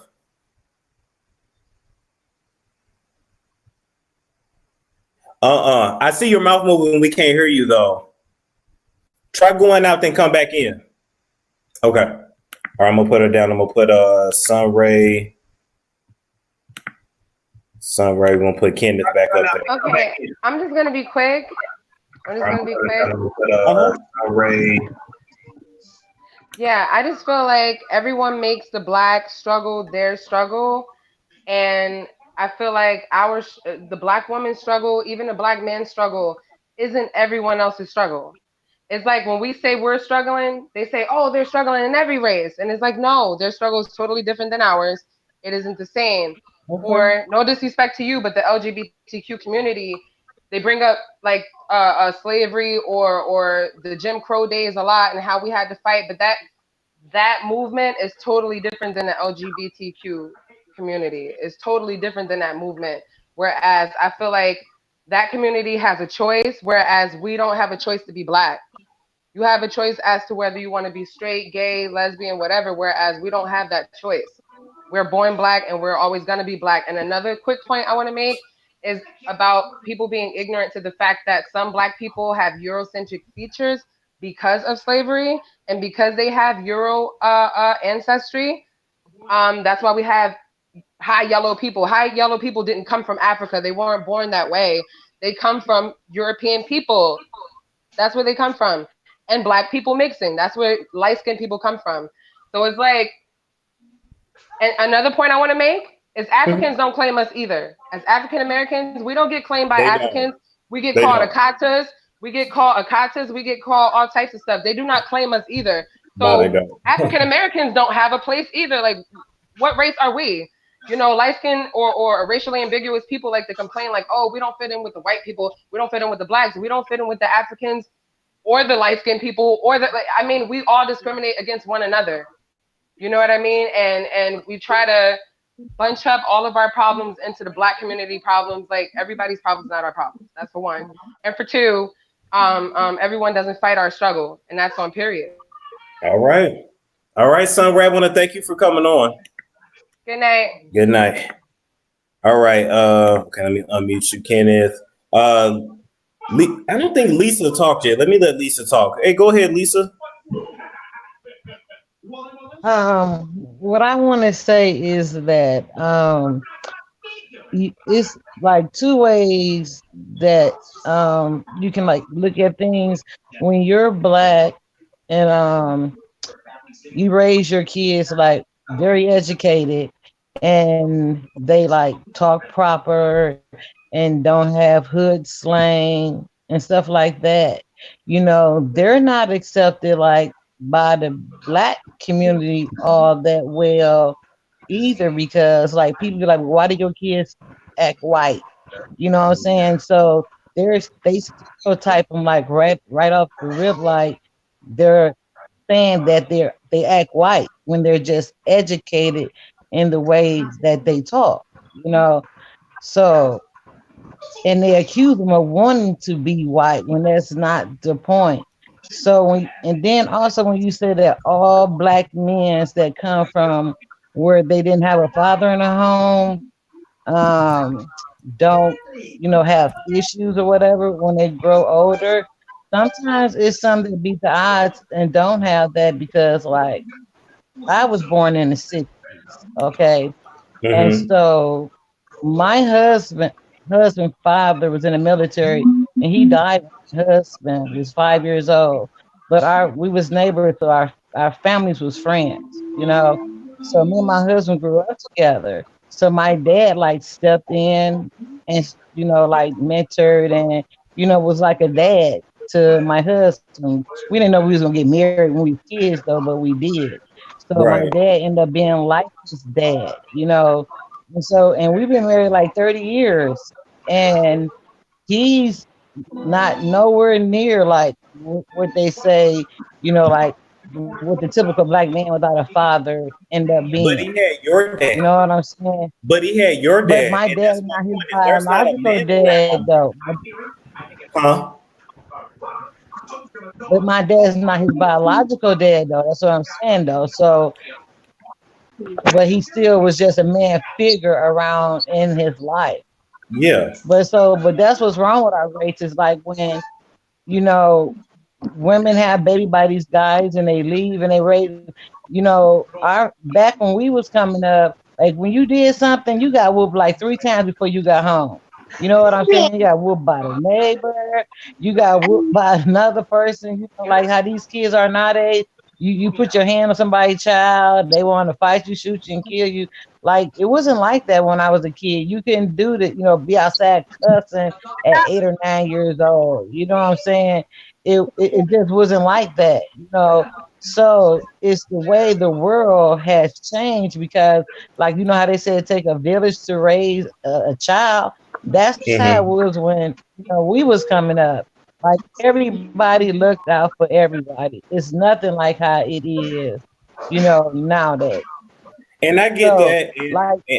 And I get that. I just feel like things, as the generations go on, things change, and it's sometimes it's a good thing. I just feel like no matter what, every man is gonna need a male influence in his life at some point to be a good man for you.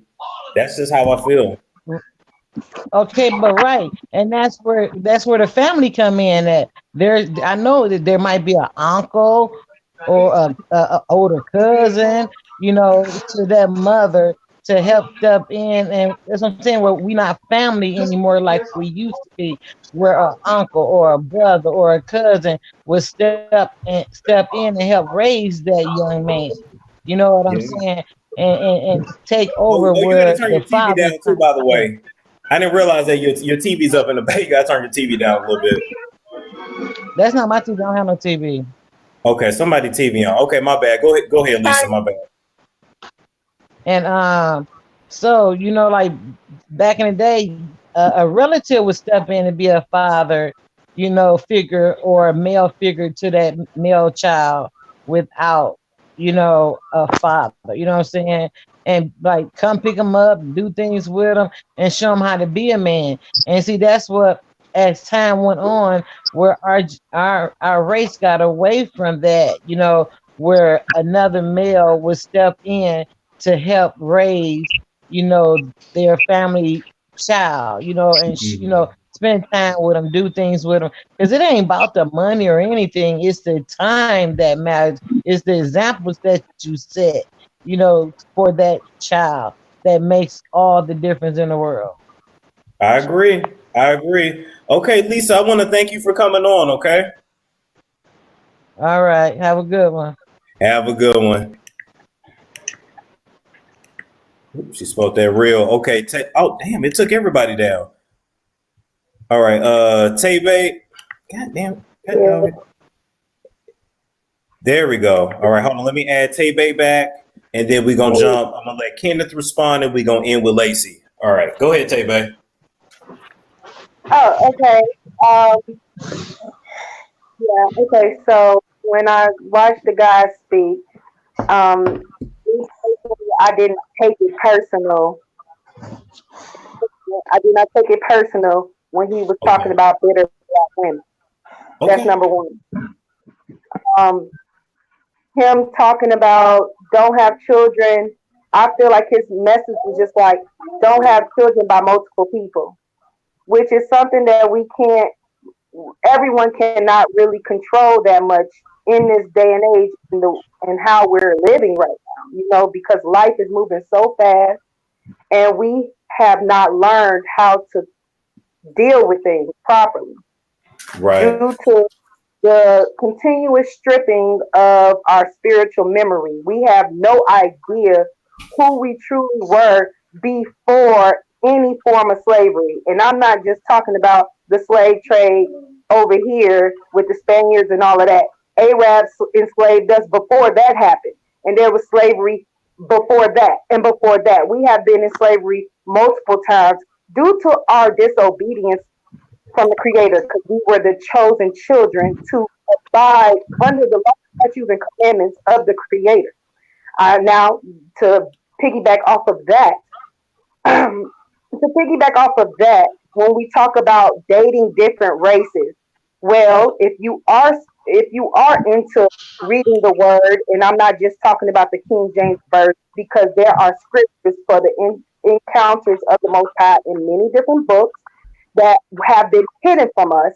The Vatican has a library of books that have yet to be released from us, but are slowly being released to us because we are living in a day where information will be poured into us so that we can get our memory back. But saying all that to say, if you go into the Word, it says that we weren't never supposed to mix with a different race, which in the Bible it is a nation. Nations are colors of people, groups of people, not places. So it's not going to say race in the Bible, it's going to say nation. And we were never supposed to mix nations.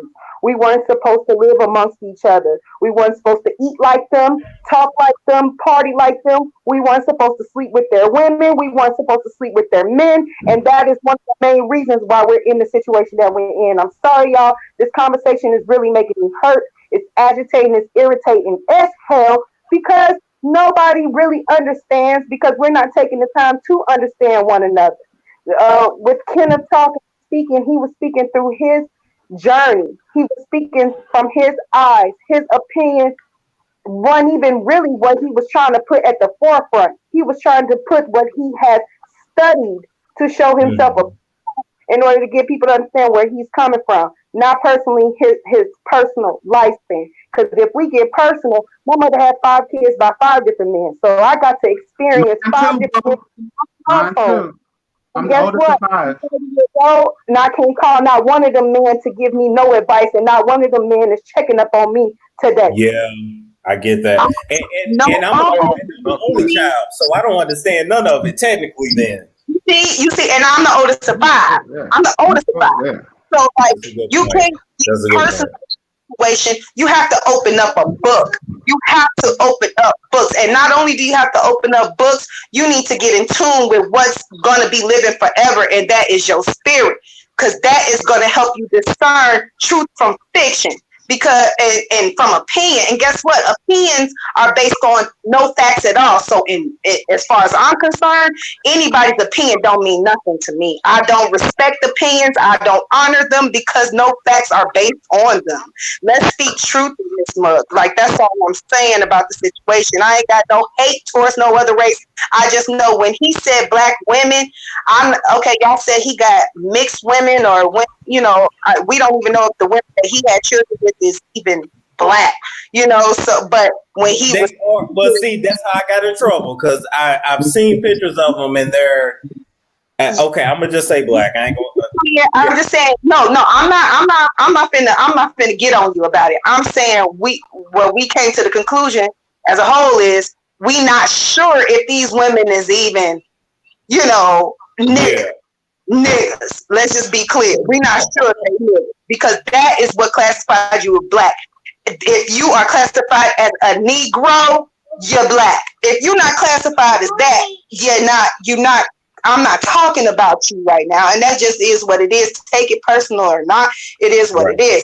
So I'm saying that to say is when he said black women, I think he was just, me personally, was talking in his group. And it's okay to not bring up them other people in other races. It's okay to keep it at black women this and black men that. It's okay, y'all. They done made us think it's not okay to only center ourselves amongst ourselves. It's supposed to be like that. It's a problem not being like that, because we the only race that's not like that, you know. But it's a reason for all of that, y'all. We have truly been spiritually stripped. We don't know shit about where we come from, who we are, how we were supposed to live, or anything like that. Because if we knew, we wouldn't even be adding these people into any common denominator at all, because we're in the days and times that we're in because of our ancestors not wanting to be themselves no more, wanting to be like the other nations, which y'all would say other races. So that's that part. And all that old school, that neighborhood, and it does take a village. It does take a village. It doesn't take a village to whoop children and all that type of stuff. It takes a village on a whole nother level. You know, don't hit my kid. Don't hit my kid. That would make me flip out. Don't hit my kid. My baby, it ain't that serious, you know. But you know, we have been. Do y'all know that there were books written on how to turn blacks against each other? Slave owners did come up with this just by being that they are wicked. I mean, there is a group of people that are just so wicked that they have done some crazy things to us. But one of the craziest things they did was actually write books to teach other people in their nation on how to turn us against each other. I'm talking about, it literally says how to turn light skins against dark skins, tall against black, women against men. And all I'm watching and hearing is everybody doing exactly what their ancestor slave owners taught, you know, beat into them. That's all I'm seeing. And that is what we need to come up out of when it comes to this. So no, I do not agree with the guy when he says multiple kids by multiple people, because honestly, the Most High is trying to bring in children of his, and he gonna bring them in one way or the other, and that's straight up. Some children that he had ain't gonna be worth a dime, but it may be just one. It may be just one that might actually be what would a part of what is about to go down, that this generation will be a witness to, for the most part, if you live to make it. I'm just saying, we here for it. And you know, it's just like me. My mother had 5 kids by 5 different men.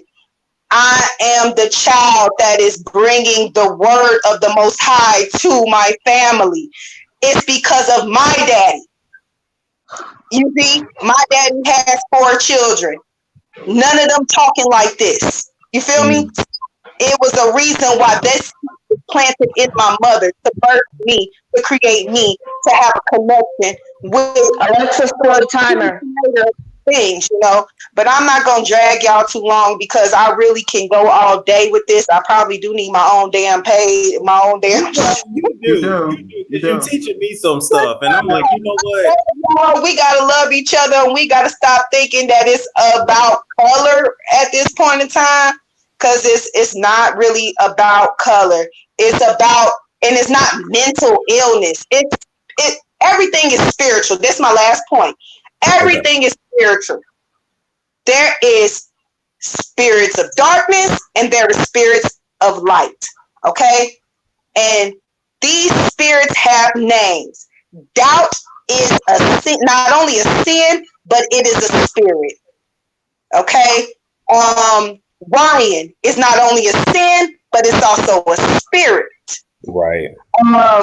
Depression is the spirit, a sickness, a spiritual sickness that if you allow your doors, your temple have cracks in the doors, you can talk to somebody and agree with the wrong person for 5 minutes and it will plant a seed of doubt, a seed of worry, a seed of fear, a seed of depression in you. And if you're not aware of what is spiritually going on, it will grow.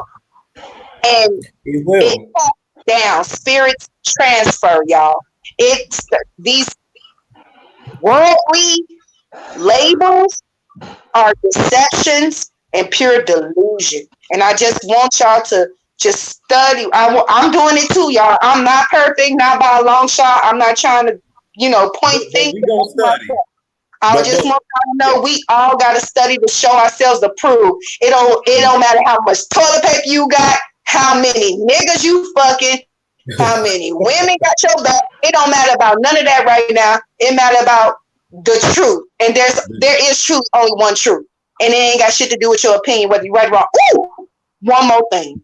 One more thing that we got to let Lacey speak. Lacey, okay, so they talk about the bitter woman, right? I found out in scripture that when you choose to lay with a man, first of all, when you exchange fluids, you automatically married. Now, let me say this part. When a woman chooses to leave a man, when she chooses to get up and go without that man releasing her, she gets scorned. It's a spiritual law that you scorn yourself when you leave without being released from a man. So women are bitter because they have a spiritual curse on them to be scorned because they had no business leaving without being released. You got to ask the Father to get that, to move for you and tell that man to release you. Other than that, you ain't got no business going nowhere because your next relationship is going to be bullshit because you're bitter, because you're scorned. That's it, y'all. I mean, that's it for now. I love y'all. We love you too. We definitely got to bring you back and talk about some real stuff. For real. Way to get in touch with me, whatever. I really do want to talk to you about other stuff, so I'll get in touch with you. Yeah, email me, monroestorm59@gmail.com. It's all in the description box. Just email me. We'll link up. Okay, for sure. All right, y'all. Take care now. Listening to you. All right, Lacey, thank you so much for being patient. Go ahead, Lacey. Hi.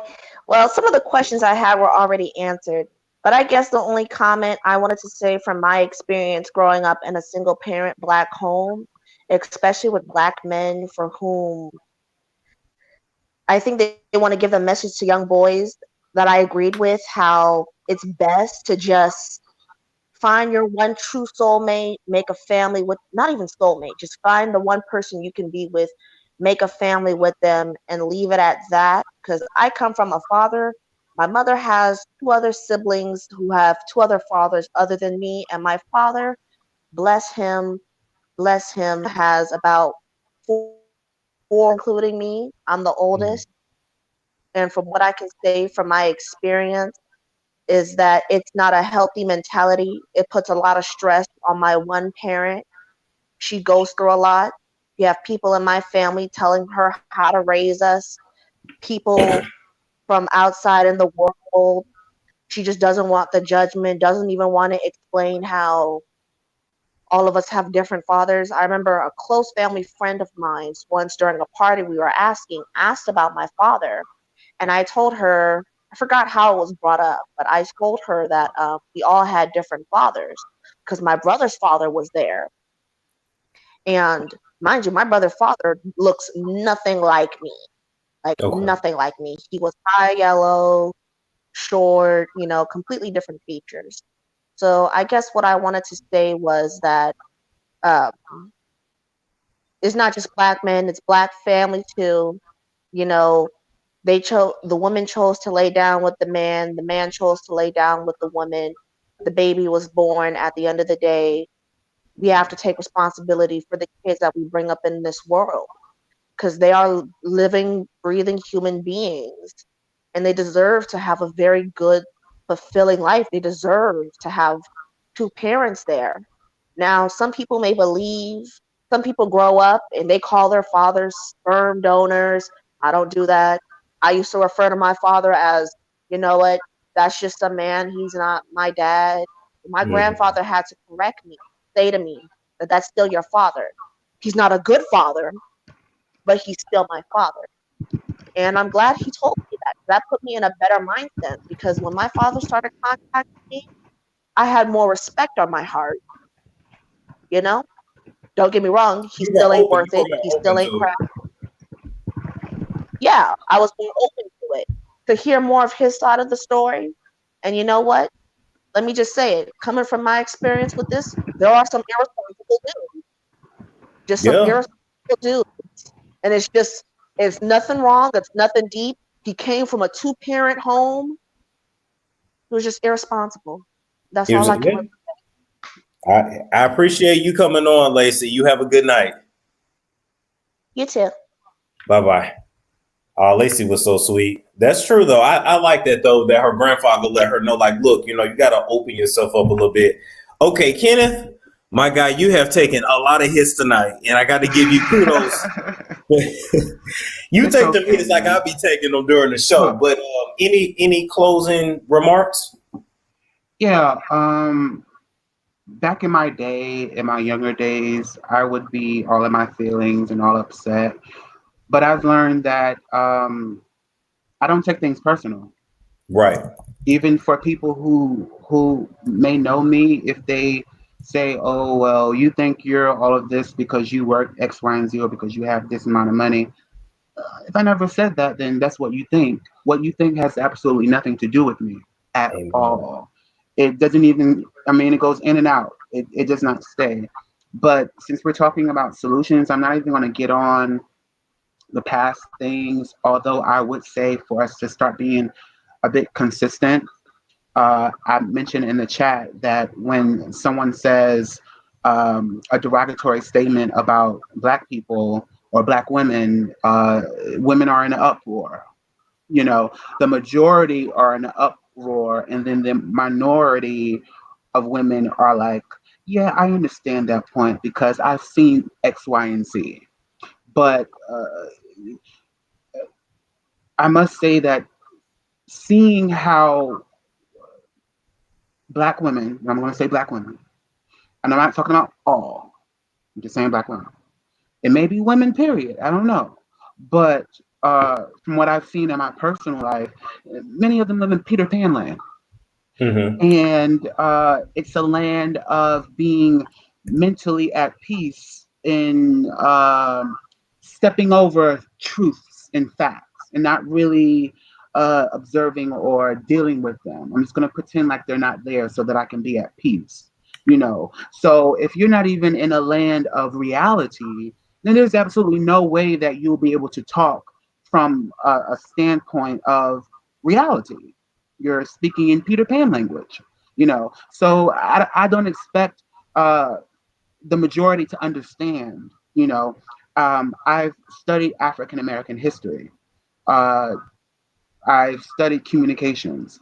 So when a Black man states something about Black women, many of the first things that they say is, you have a Black mother, or you hate yourself. You hate yourself. You hate Black self-hate. You know, I've spent money to know who I am. You see what I'm saying? I'm not just cruising down a block in my 6'4". I'm cruising, you know what I'm saying? I'm cruising down a lane of education and to learn who I am, because as the young lady said, the Tebe, I connect with her because I too am the oldest of five.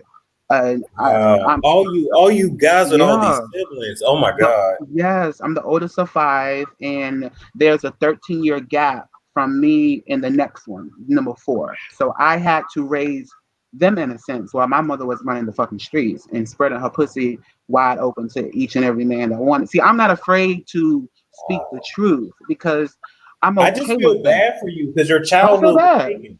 Listen, don't feel bad because I believe in moments, and I believe that moments. See, I'm like as she said, I'm spiritual too. I believe in moments, and I believe that moments are intentional.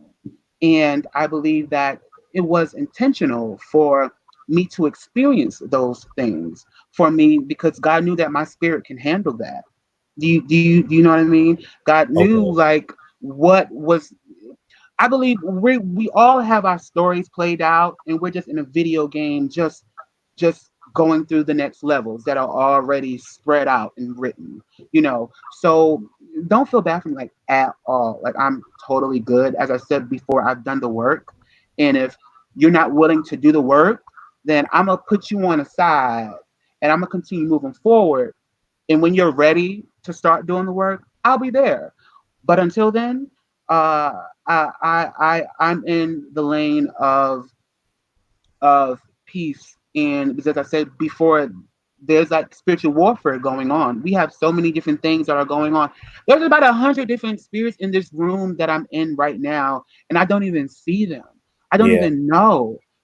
Do you know what I'm saying? Like there's a whole aura around me that Hold on. I I'm gonna can't. interrupt you really quick. I'm gonna interrupt you really quick. Bree Okay. said, I'm sorry, but that comment about your mother was tacky and distasteful. Bree, I'm gonna respectfully disagree because he told the truth. That was the truth. What his mother did is no different than what a lot of our fathers do, except she's a woman. And we Okay, go speak so harshly about men, and we say how they're low down and how they're this, that, and the third, and that's okay. But it's not okay to talk about the mother. Yes, my mother abused drugs and alcohol for 30 years. That's a fact. Yes, she did spread her pussy wide to different men. That's a fact. She did have 5 children by 5 different men that only one of them she was married to, and only one of them have been and are in the picture, and that's the youngest child. Her father has always been in the picture. Me, the four, the three, the two. My father was murdered at an early age. He was murdered when I on. was 3. So I asked my mother questions about him. A duck would know more about my father than my mother would. She can't even answer simple questions. Do you see what I'm saying? So what I've learned is that from being around women the majority of my life, many of these babies aren't created from planning. Like, I'm 23 and I'm gonna have a baby, and I just want to have a baby right now, and I'm gonna choose the right mate to have this child by X, Y, and Z. No, it's just a lot of fucking going on, and babies are produced. Some of those babies are produced from men that they don't really like and that they don't really know, and vice versa. But why? Men, But my thing is, but I guess my thing is, and I think is where maybe me and Tasha was even having this conversation where like I personally lack empathy because I'm saying, wow, even though let's say I was a person that loved sex and I just it didn't matter. I just would have sex with anybody. Like, does nobody practice protection, birth control? Do nobody ever have that thought of, okay, I'm gonna do me, but I'm gonna make sure I don't get knocked up, or I'm gonna make sure I don't impregnate anybody? Did nobody think of that? Because that uh, pull out shit is bullshit. Because it's good yeah, enough, you ain't pulling out. So we need to let that go. right, right, right. I mean, as I said, we, especially like young people, live in this world. You just want to have fun. When I was in my undergrad, I was fucking everything with a pulse. Do you hear me? Like, it didn't matter about, I didn't even know your fucking last name. Literally. I was suffering from depression. I was literally trying to find out who I am, trying to fill voids from childhood trauma and such. I probably didn't love myself that much. So I was Boom. literally Boom. doing what my mother did, spreading it to anybody. Look, you want boom, you want some boom, you want some boom, like just anybody. And maybe she just didn't love herself, and that was her Right. way of trying to Right. get love. She didn't, because she had issues with her mother and her father. Her mother and her father didn't accept her. My mother's 53 years old, and currently to this day, March 30th, 2020, she's still seeking their validation. Although she is off drugs and alcohol, she still does things for them to approve of her, because they still don't show her the love that she desires. Now, so it's real. And what I can say in, you know, that I have been on a journey, as I said before, since September 19th last year, where I've excluded everyone from out of my life, everyone, my family, all friends, boo things, sex partners, relationships, everybody. I've changed my phone number, deactivated my Facebook and everything. And I decided to spend a year to dedicate to healing myself, to seeking counseling, and getting to become one with my spirit, as the lady said before, because we are spiritual beings living a physical experience. And I consider myself this an eggshell, and on the inside is the yolk of an egg. The egg itself can create so many things: scrambled eggs, fried eggs. You put the egg in cornbread, cakes, and hamburgers. I mean, you use eggs for almost anything. And that is what I consider my spirit to be. It's used for almost anything. So Okay. I believe that that is what's most important. So I took the time to actually become one with my spirit. And it has been extremely helpful. When I listen, life is beautiful. If I don't listen to a specific thing, something happens, and it's not so good, but it's not too bad for me to hurt myself, if Well, you will. let me ask you this, because this is really this is really what a lot of people are wanting to say too. Oh, I mean, this is what a lot of people are probably wondering. Do you think you had issues with your family because of your sexuality? Did that have anything to do with? I'm just asking. No, my parents, like, I was raised by my grandparents. Okay. Uh, Nobody never called me like faggot, or none of my family did. There was just a bunch of infighting with the older people, my mother and her siblings, and her parents, and that trickles down to me and my siblings. Because if my grandparents don't fuck with my mother and have this hatred with her, whether what she did with drugs and stealing and all of that, then of course it's going to trickle down to her children. Then of Yeah, course that's common sense. Yeah. that same level of disdain that my grandmother has for my mother, my grandmother's other children are going to treat my mother the same way, because everybody follows. It's sheep. And my grandmother controls the narrative with her money. She has, money, and she still gives them money. So when there's money involved, niggas follow the money. You see, so it has nothing to do with me, my sexuality. That was not. And people say you choose. I was like prancing around when I was in diapers. I Look, mean, that's going to be a conversation we have on another show, and I will bring you back and other people that have that conversation. Are you born that way? sure. I think the answer is not one sided. I think some people are. Where my finger? There we go. I think some people are. I think a lot of shit got to do with what's in the food and the water, and I get very like tinfoil hattish. But we ain't gonna go there. We need another 2 hours to do that. Right. So, But Kenneth, I would say, before you let me go, I okay. must say that I really want to say to everybody that, don't take things personal. especially when it comes down to the whole Black conversation, because just because it may not be you, you may be a kind parent. There are plenty of others. You see it on the news, you go to any hood and you can see it. So don't take it personal and don't get upset as if someone is talking about you individually. And what I can say on a personal level, to do the work to get to know yourself, because you can only be of so much service to other people, and you can't even do for your own self. Do you see what I'm saying? So Sweep your porch where you try to clean Don't leave. Don't leave. Well, You know, your story go ahead, opinionated.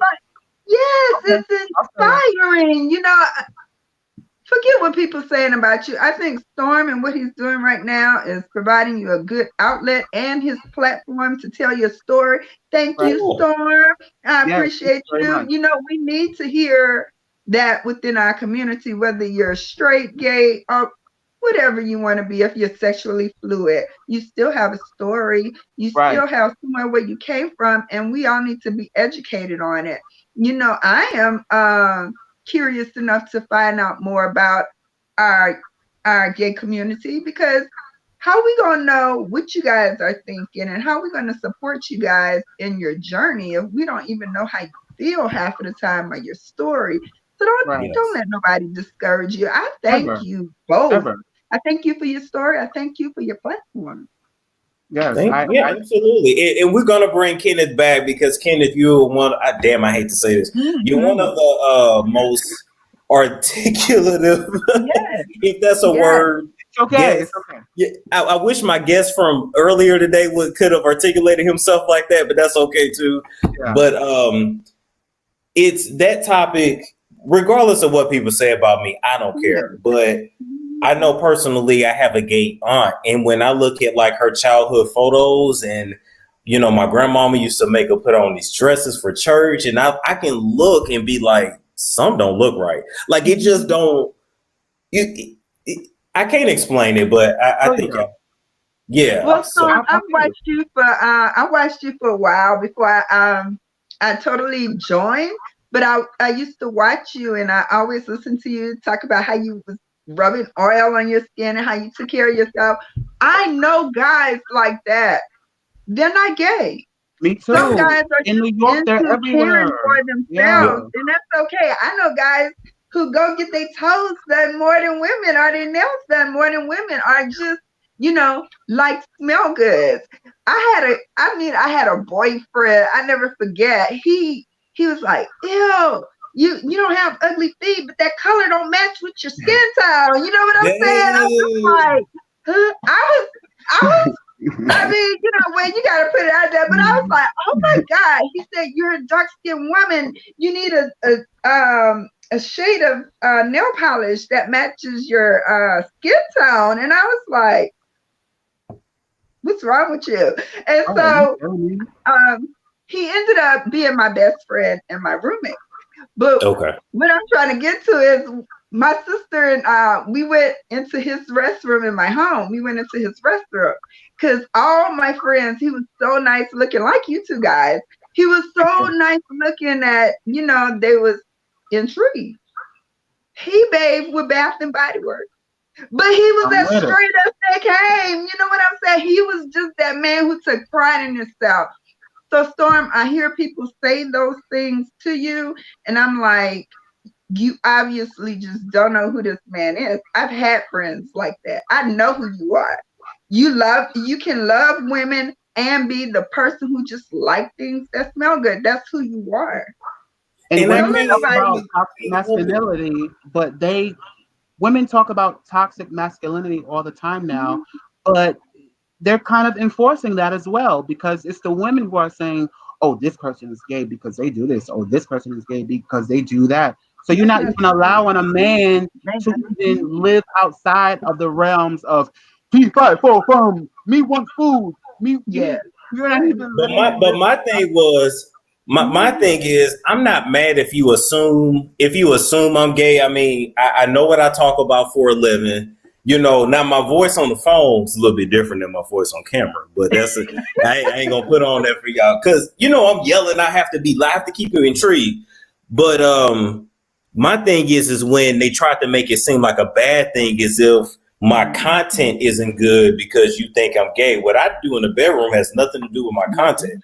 That's right. That's Because right. the content is on point. You might not like my. I ain't even having sex for real. So I'm just like, where's this exciting ass personal life they claim I got? Anyway. Storm, you are who you are, and you know what? I love all of it. I love all of it. Kenneth, I love you. You inspire me, and you know I'm glad you're getting counseling. I get counseling too. Do you know that? I go see a counselor. Me too. To me, Man, that's awesome. nothing wrong with that. Black people getting there. We gotta get it, man. You know why I think counseling is good? It's just like us talking right now. I don't know Storm. I don't know you, Kenneth, but you get it from someone outside looking in their perspective on how things are. They ask you the questions, the tough questions that nobody ever thought to either put on your mind or just to ask you to, you know, see where your head is at. Sometimes I could be thinking so emotionally, and so you could come right behind me, Kenneth, and be like, well, have you ever thought about it this way? And, you know, it'll be like, well, hey, no, I haven't. You know, and that's what counseling does for you. It turns it around and gives you a whole different perspective on some things that you may be dealing with. That, you know, that you're not even thinking about. My cousin, he suffers from spinal stenosis. I suffered from a spinal syndrome called called equina. And, you know, plenty of spinal surgery. That's a whole nother story. But he gets steroid and epidural injections in his back once every 2 months. And there was this one doctor visit. He went and they said, well, we're going to give you 2 injections, one on the left side and one on the right side. He's never done that before. It was only on one side. So he normally pays $300 co-payment. This time they told him he had to pay $2,000. He's like, whoa, I'm not paying that. Like, it's normally, you know, this amount of money. I'm not paying 2 G's for this. And so he didn't get it. He called me. He was upset. He was angry. Like, I need my shot and I'm in so much pain and X, Y, and Z. And I'm like, I understand where you're coming from, but look at it this way. You've never gotten those 2 shots at one time. What if you would have gotten those 2 shots and you would have been paralyzed? You know, like, what if it would have come out a different way? So that happened for a reason. You know, when things don't turn out our way, it's for a reason that they don't turn out that way. And that is what a therapist is there to do, to open another window for you to look outside of. That's right. That's right. And, you know, we often have the wrong perspective on life sometimes. Yeah. It just takes someone else to turn our negatives into a very good positive that could lead us down an awesome path in life. And that happens for me. Outside ourselves. Yeah, yeah. You have to step outside, you know, because growth. Yes, growth. And it's so sad that there are plenty of people who are older than us that just don't grow. You know, and I look at how life is like. The weather changes, the grass changes, the trees changes, the seasons change, plants change. I have a plant in here. I call her Pisciana. She grows every day. I talk to this girl, my plant. You know, and everything grows. And for someone to resist growth, I consider them dead.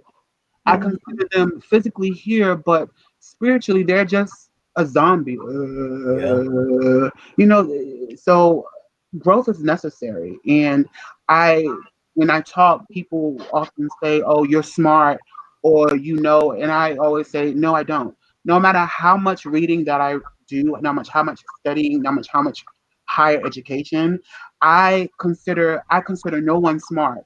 Not my surgeons, not therapists, no one. I consider everybody either dumb and dumber. And I'm not looking at it in a negative light. I just don't think that no one is smart, you know, even if you consider yourself book smart. There's a zillion published books in the world. If you've only read 2,000, how much do you know? When you're in school and you have a test coming up, you don't read the whole book. You read what you need to know to pass the test.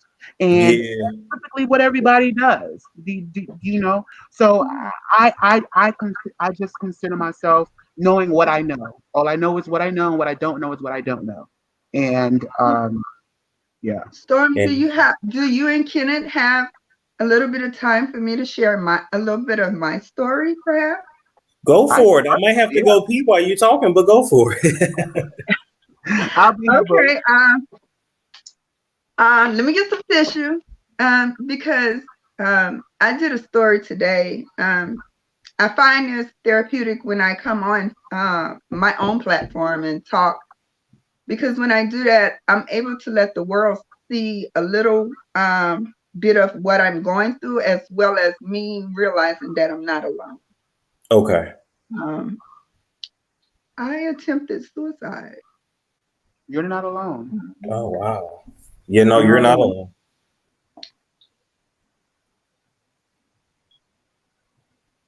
It's okay. Let it out.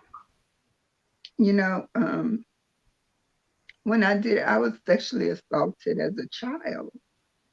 You're not alone I again. was also sexually assaulted in the military.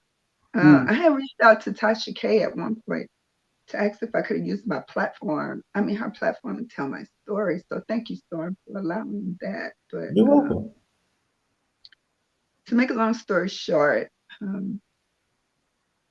I received a phone call from the police department telling me that the person who sexually molested me as a child was getting out of jail. He went to prison for 15 years because he did it to me, and then 2 weeks later he turned around and did it to a little white girl. Wow. I didn't even know they had my telephone number. I don't know how they found me, but you know, it's the police. Hey, they could find anybody, and they consider me I'm a victim, something. I don't know what it's called, but they was telling me that I can't go home to see my family without actually contacting the police office first, because he threatened to kill me. You know, and it was like, so when they told me, and I have to call them before I go home to visit, I have to stay so far away from him. I stay in another town to see my family. So I haven't been home to see my family in years, you know. Wow. Sorry to hear that. I'm sorry. So it's not a problem. But let me tell you what made it worse, right? So I just couldn't handle it. I couldn't handle it. I relived the whole thing when they gave me that phone call. Plus, I relived the sexual traumas from the military, because I had 3 of those in the military, right? And so I took pills and I slit my wrist. My family, they all came over, and I'm the oldest of 6 girls, so I just felt like I had failed my sisters.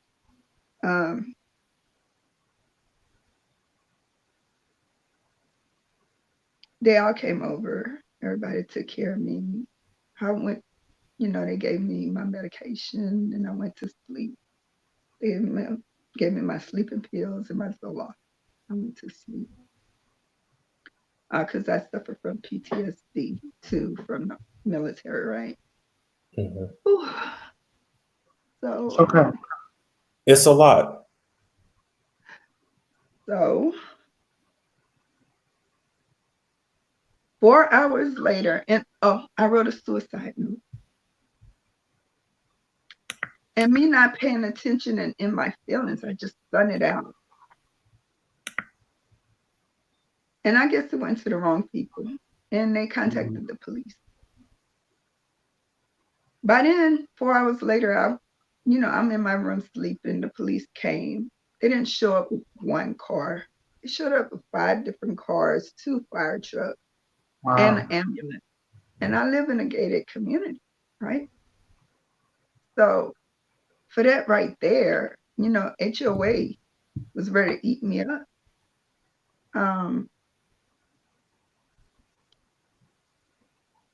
My husband came in the room and he was like, well, Terry, he said, they say they're going to take you to the hospital. And I said, well, I don't want to go. You know, I didn't take my medicine.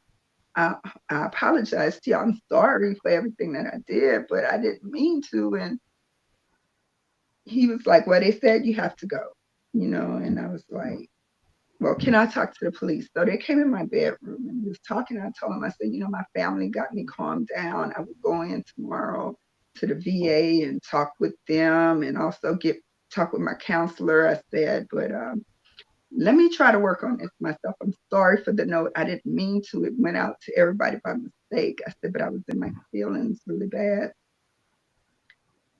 So they kept arguing with me and arguing with me. And I was just like, no, I'm not going. So they locked my husband out my room. Now, mind you, they didn't know I had just got that phone call.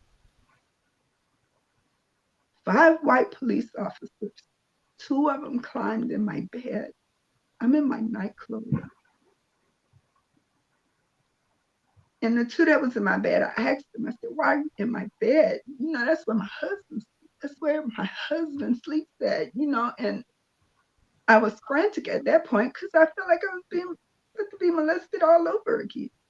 And then you got the other 3, they threw me on the ground. My undergarments was showing.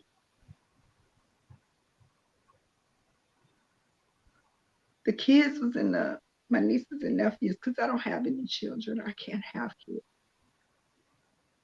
My nieces and nephews were in my living room, and they saw their auntie come out handcuffed and being dragged by a police officer. You know what I'm saying? That's That broke me. That broke me. It broke me as a person. And they took me to the hospital. They went through all of my stuff, everything. They even counted the change in my purse. When I went to sleep, I cried myself to sleep, you know. And when the doctor came in, I told him. He released me like 5 minutes later. And he just apologized and couldn't stop apologizing. And he just went off. Like, he was so mad because they didn't realize you inflicted more drama on a victim yes. than I was already going through. And they didn't care. And so I contacted the mayor.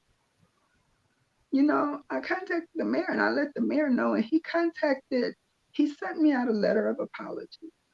And That was nice. so the chief of police called, and he was like, he said, you know, my police officers, they're trained to deal with schizophrenic and manic people. He said, but they're not trained to deal with people who actually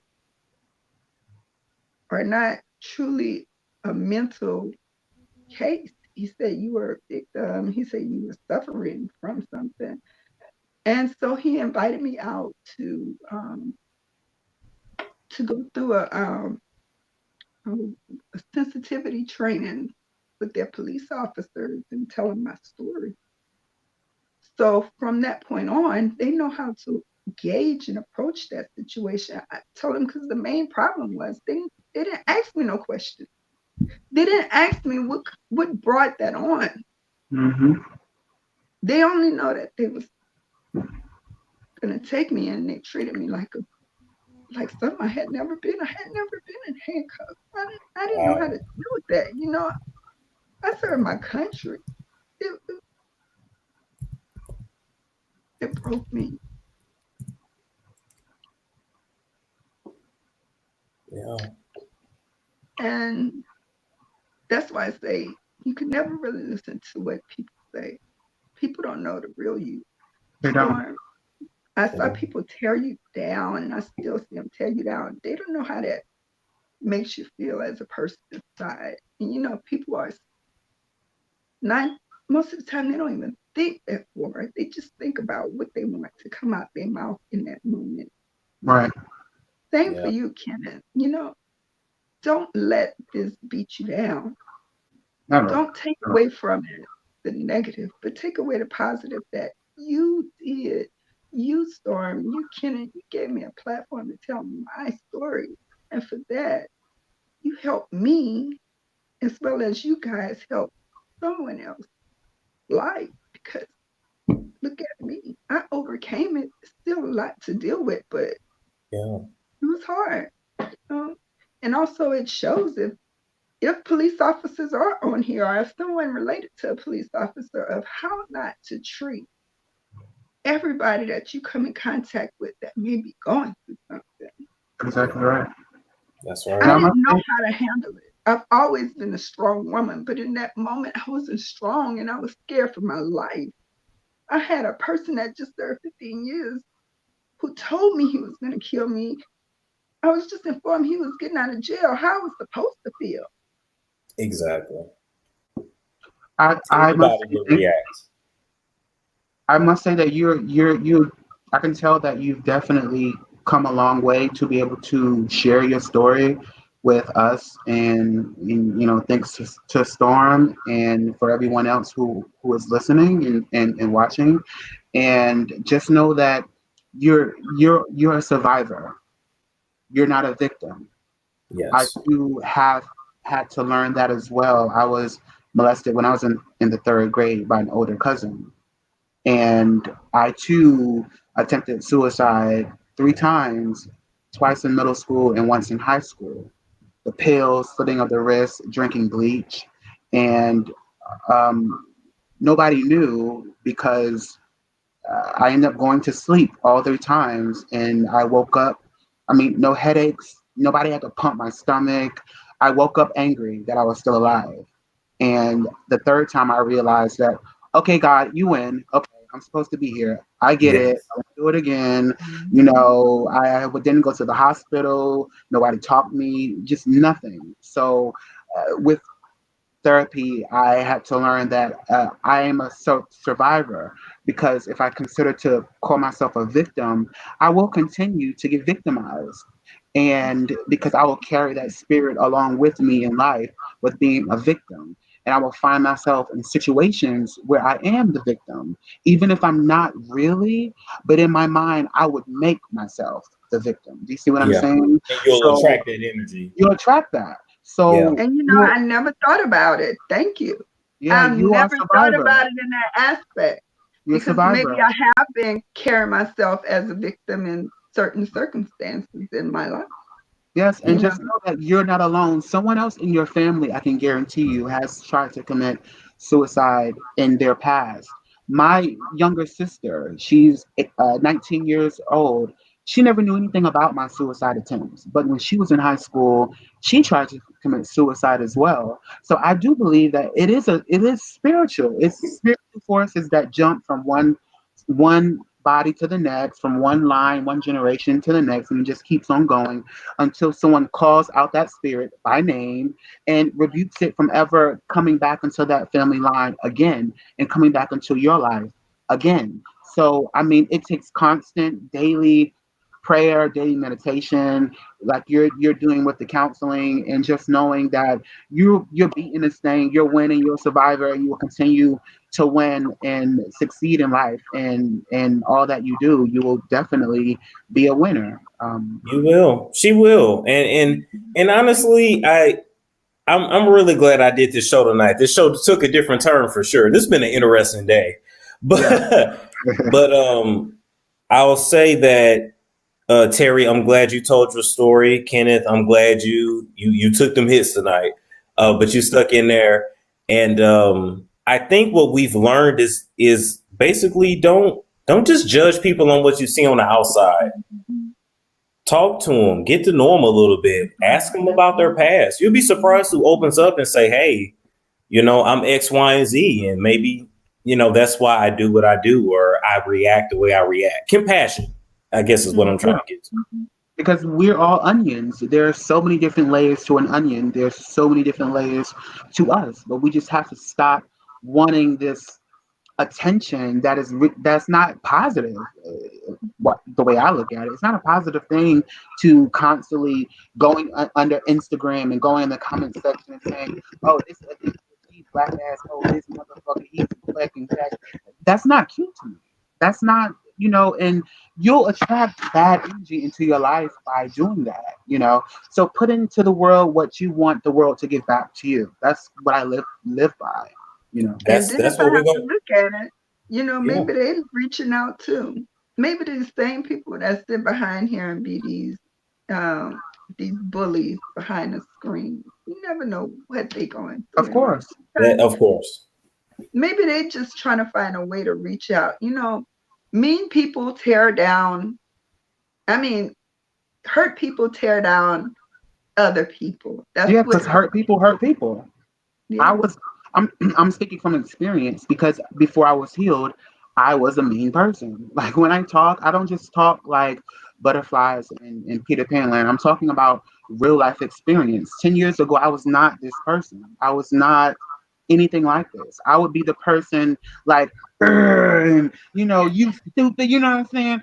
I don't give a fuck, bitch ass hoe, you know what I'm saying? Like I was rowdy. I didn't give a fuck about people's feelings. I wanted to implement hurt, that same level of hurt on people, the same amount of hurt that was implemented on me. Do you know what I mean? When I was younger, I used to look at feminine dudes and be like, oh, that's a fucking faggot, yo, that's a fucking faggot. Meanwhile, I was fucking. You know what I'm saying? I was fucking dudes the same time that I'm like, that's a fucking faggot. Look, yo, look, yo. Ah, that motherfucking faggot, you know. I was that person. So I know this from experience. Like when people are mean and things, they're going through something really serious on the inside, you know? And it just takes that one person who doesn't take things serious to be like, sit down. Look. I know you called me a bitch, but look, sit down. Look, tell me what's really going on. Yeah. Okay, yeah, spread it out. Okay, I'm a Well, hoe. you I'm guys, good. Yeah, not just cutting you off, but I think both of you, for my therapy tonight, I think I could sleep a little better knowing that two wonderful strangers gave me a little bit more to feel better about. So thank Absolutely. you. and I can say I the gotta same go to to work you, love. tomorrow. All right So now. good night to you, and thank you again, Good night Storm. to Thank you, you. You've been a Kenneth. You both blessing. are beautiful people. Thank You Thank are you. you. too. You've been a blessing, and may you continue on your journey towards happiness, peace, love, and just spreading your story and your joy to everyone in the world in hopes that everyone would jump onto your bandwagon and riding the wave of being a good person to others and listening. Thank you. Amen. Thank you so much, Terry. Bye-bye. Bye Bye bye, bye. love. All right, Kenneth, I got to use this bathroom. I want to thank you for coming on.